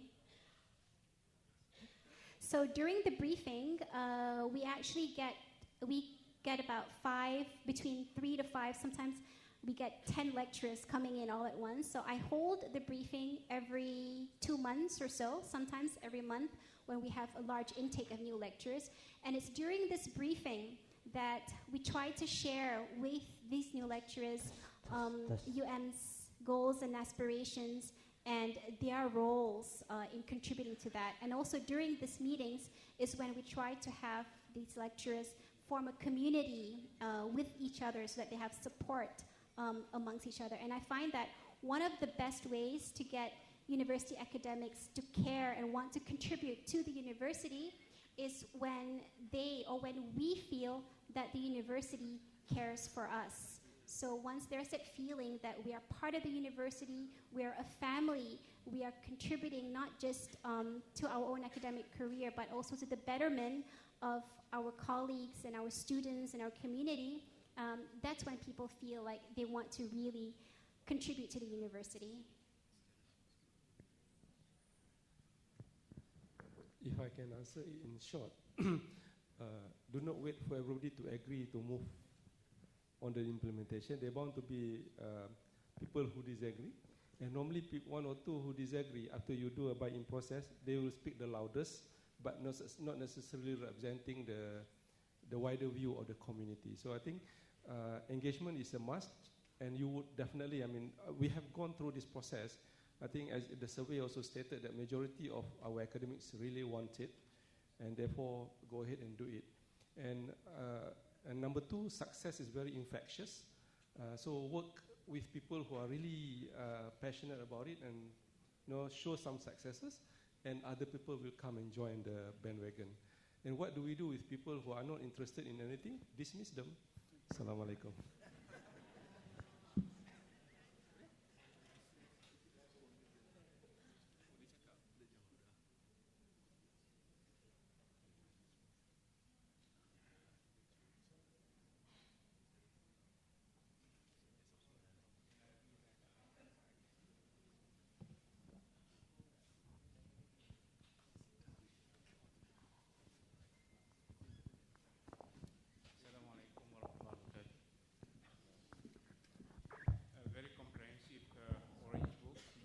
UniTP, Orange Book. I think I must congratulate the committee for publishing such a book. I'm more interested in looking at the university leadership. Now, we have got the criteria designed by ACAPS, to be implemented by the university. Now, when it comes to appointment of the academic leaders or the university leaders, normally it is appointed by the Ministry of Higher Education, or well, as far as I know, it comes from the university, from the ministry.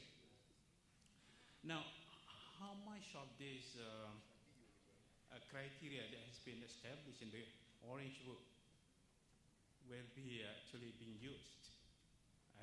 I have my little reservation here, because in the past, many of the academic leaders, many of the universities are being appointed. Sometimes, I think sometimes it has influence from the politics, from the leaders in the states or something like that. And there are times when the academic leaders who come from different universities are being appointed in another university. And this is happening quite rampant among all the universities. So I think there must be some kind of, because the university has trained its own people to be the leader in that university in particular. They have the succession planning for the university and so on. But apparently what happens was, that particular person probably will be posted to another university. This is quite regular happening. So that's my concern about the Orange Book and the criteria that has been designed there. Thank you.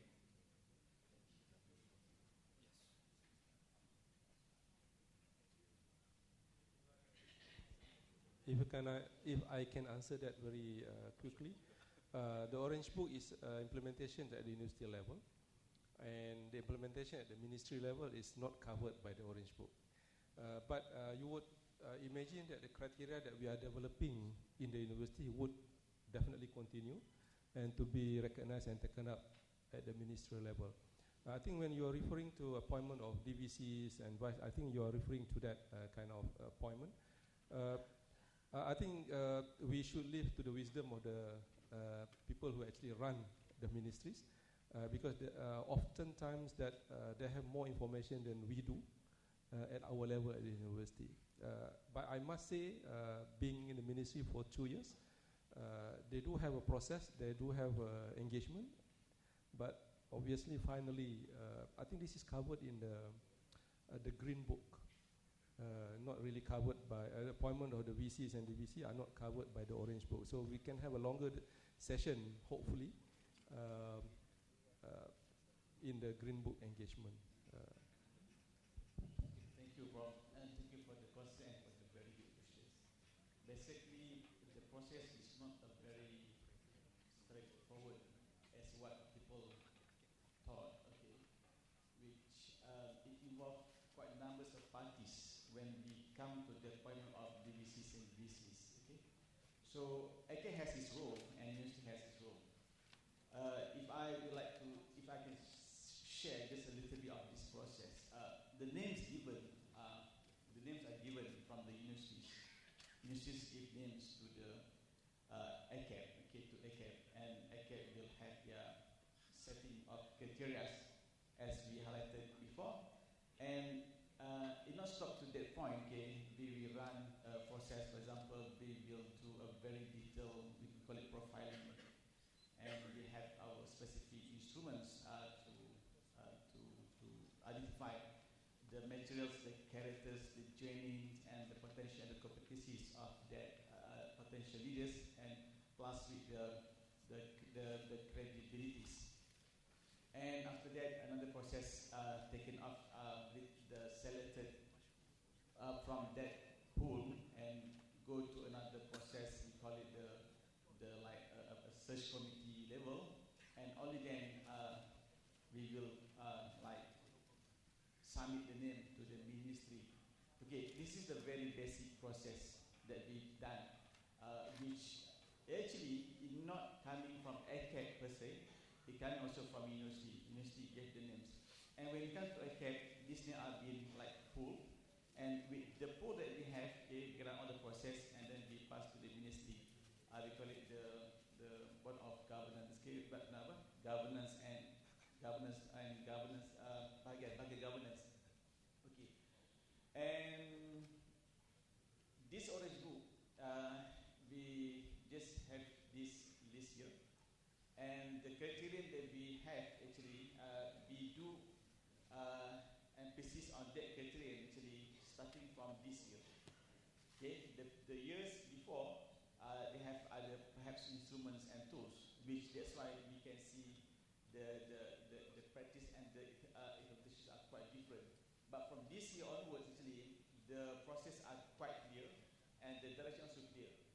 Talking about whether the university will get the VCs and DVCs from their own respective university and not taking from other university, this is again beyond our control, because at the end of the day, as Dr. Saleh said, the information obtained at the ministry level maybe come to the point that one person is better suited at the university, though he is not coming from the university. I think this is the basic explanation I can share to all. Yeah.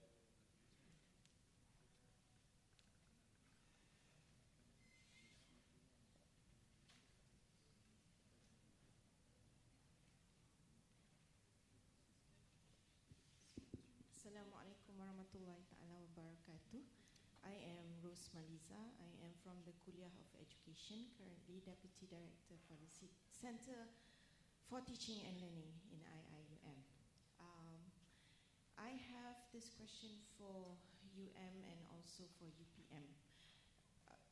Just now the panelists mentioned that in order for all the career pathways to be implemented, there needs to be support in terms of infrastructure, in terms of the software and the hardware and everything. So I would like to ask, what are the best practices that UM and UPM have in place in order to promote, for example, the teaching track, teaching and learning? In research, we are probably being supported from many different angles.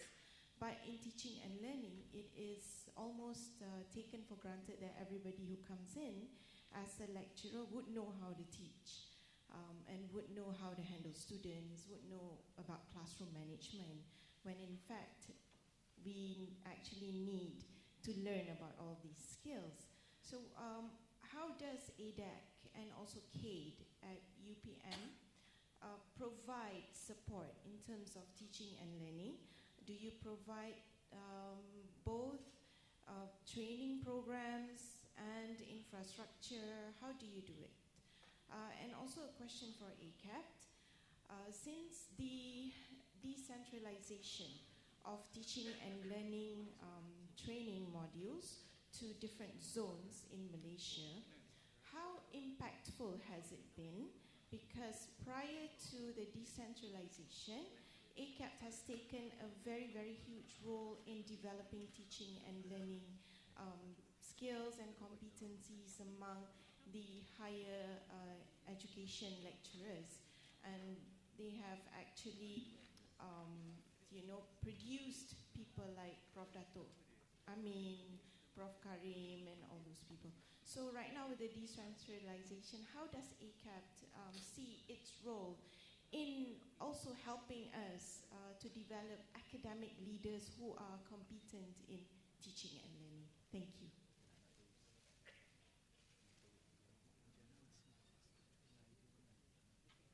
For UPM experience is very simple. I think most universities would have it anyway. Induction program, introducing importance of teaching and learning. How do we training are very important components. So CADE has been instrumental in developing modules. So we engage mentoring. Senior lecturers are actually mentoring the junior lecturers. So we have people actually taking care of developing teaching and learning. I think this is quite normal. But what we have done a little bit more was that by providing CADE, as I mentioned, seed fund for them to actually go on the roadshow and asking for lecturers to bid for action-based research in teaching. So we provided that research grant, and I kept, CADE made sure that people are actually doing research and publish from that. And the third one was actually incentives, where we actually, I think UIE is also doing it, I'm very sure of that, providing recognitions of excellence for teaching and learning even at department and faculty level. So these are the people who, when you recognize for their excellence in teaching and learning, this would be the candidate for Anugerah Akademi Negara from university, as far as university is concerned. So I think the infrastructures are there, the incentives are there, the training modules are there. So now even the platform to actually be innovative in teaching and learning are also provided. Sometimes we are overwhelmed with the platforms that is available. Kadang-kadang lecture kita rasa terlalu banyak pula. It's too much. So I think there is no issue of availability of support, I think. But now it's a matter of moving forward in finding ways to recognize. I think maybe we cannot afford for them to be publishing in, say, quartile 1 and quartile 2 journals, but if they are actually publishing and it becomes a resource person in teaching and learning, they are being recognized by their peers. I think excellence are all about peer review anyway. If our peers do not recognize us to be a standout in teaching and learning, then why do we promote them? This is all about peer recognition. So there is, I'm sure our teaching and learning community, CADE in UPM, they have their groups of CADE and similar bodies. They should be engaging themselves in providing the kind of guides, what it means to excel in teaching and learning. I think it's no longer the case where we have taught 100 credits and therefore we excel in teaching and learning. That's a process. I think the keyword is finding recognitions by peers in what we do.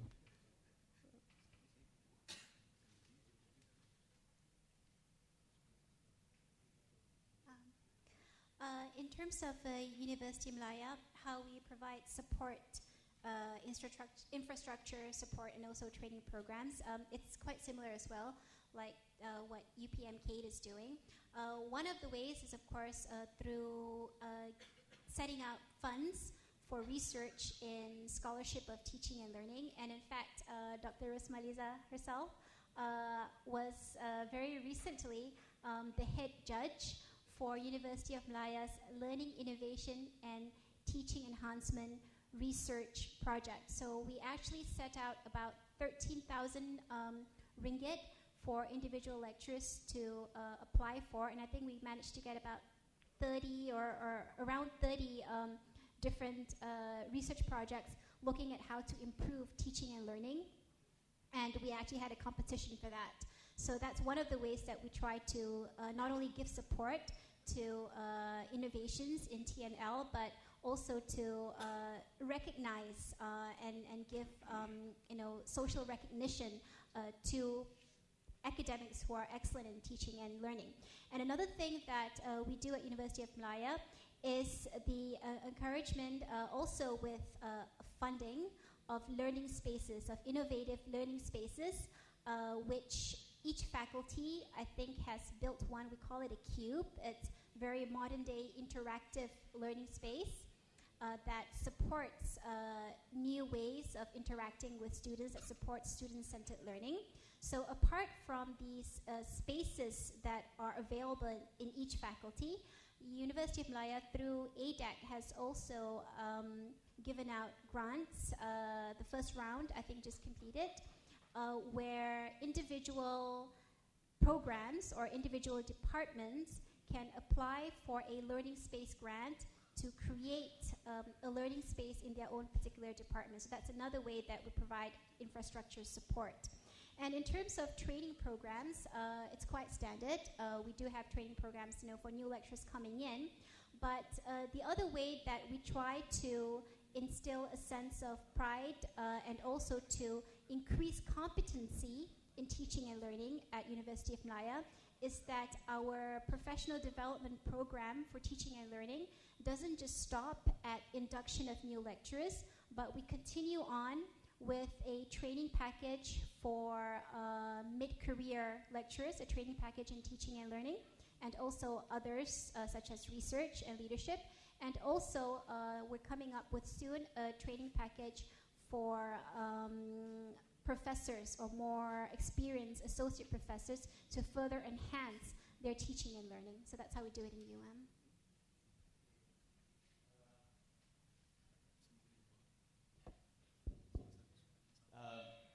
Back to the questions, what is the role of ICAP in helping and accommodating the teaching and learning sectors?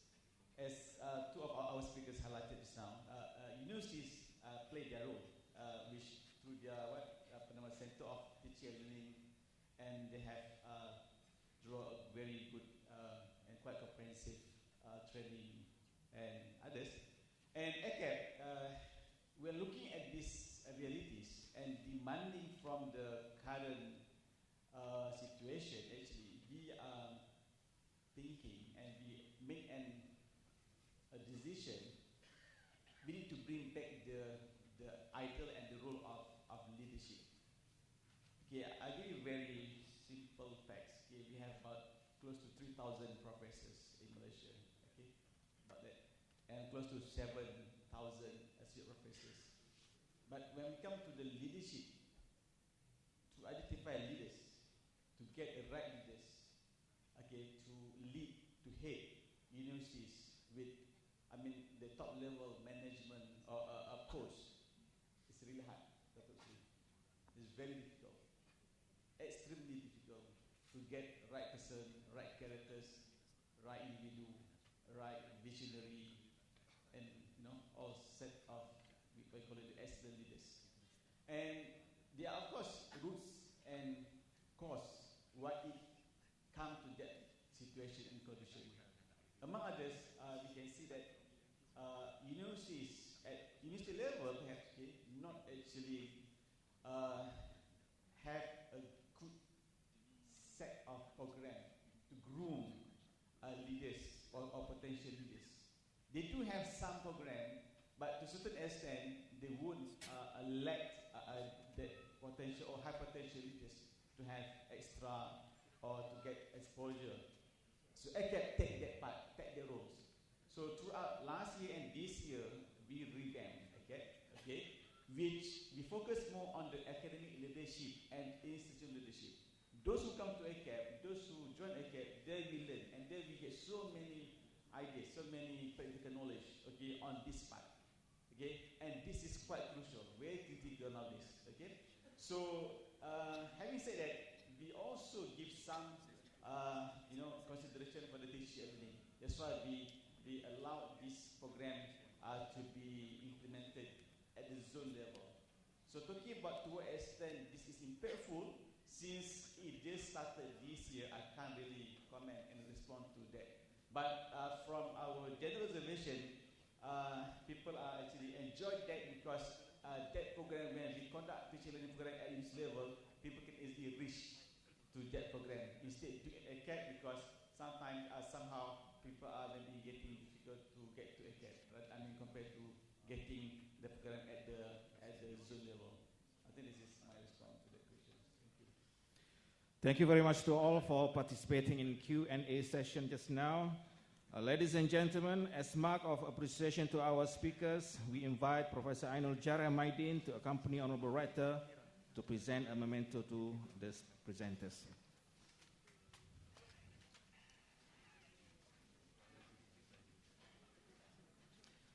First, please welcome Honorable Professor Dato Engineer Dr. Muhammad Saleh Jaafar, Dean Faculty of Engineering, UPM, Director of the University Transformation Program, UniTP.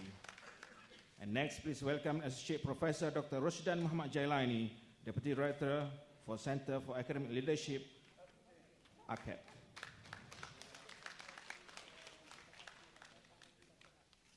And please welcome Dr. Amira Sariati Firdaus, Head Unit for Leadership and Wellbeing, Leadwell Academic Enhancement and Leadership Development Center, University Malaya. Ladies and gentlemen, Alhamdulillah, we have come to the conclusion of our program. On behalf of the organizing committee, we would like to take this opportunity to express our heartfelt gratitude to our Honorable Rector and speakers, and also our appreciation to all for your kind presence and support. And we would like to also to apologize for any shortcomings in conducting this event. May Allah subhanahu wa ta'ala shower us with His blessing and rahmah. Until we meet again, last but not least, borang penilaian pelaksanaan program Jerayawara UniTP Orange Book can be submitted to our committee members outside this hall. With that, jazakumullah khairan kathira. Wassalamualaikum warahmatullahi ta'ala wabarakatuh. And selamat sejahtera.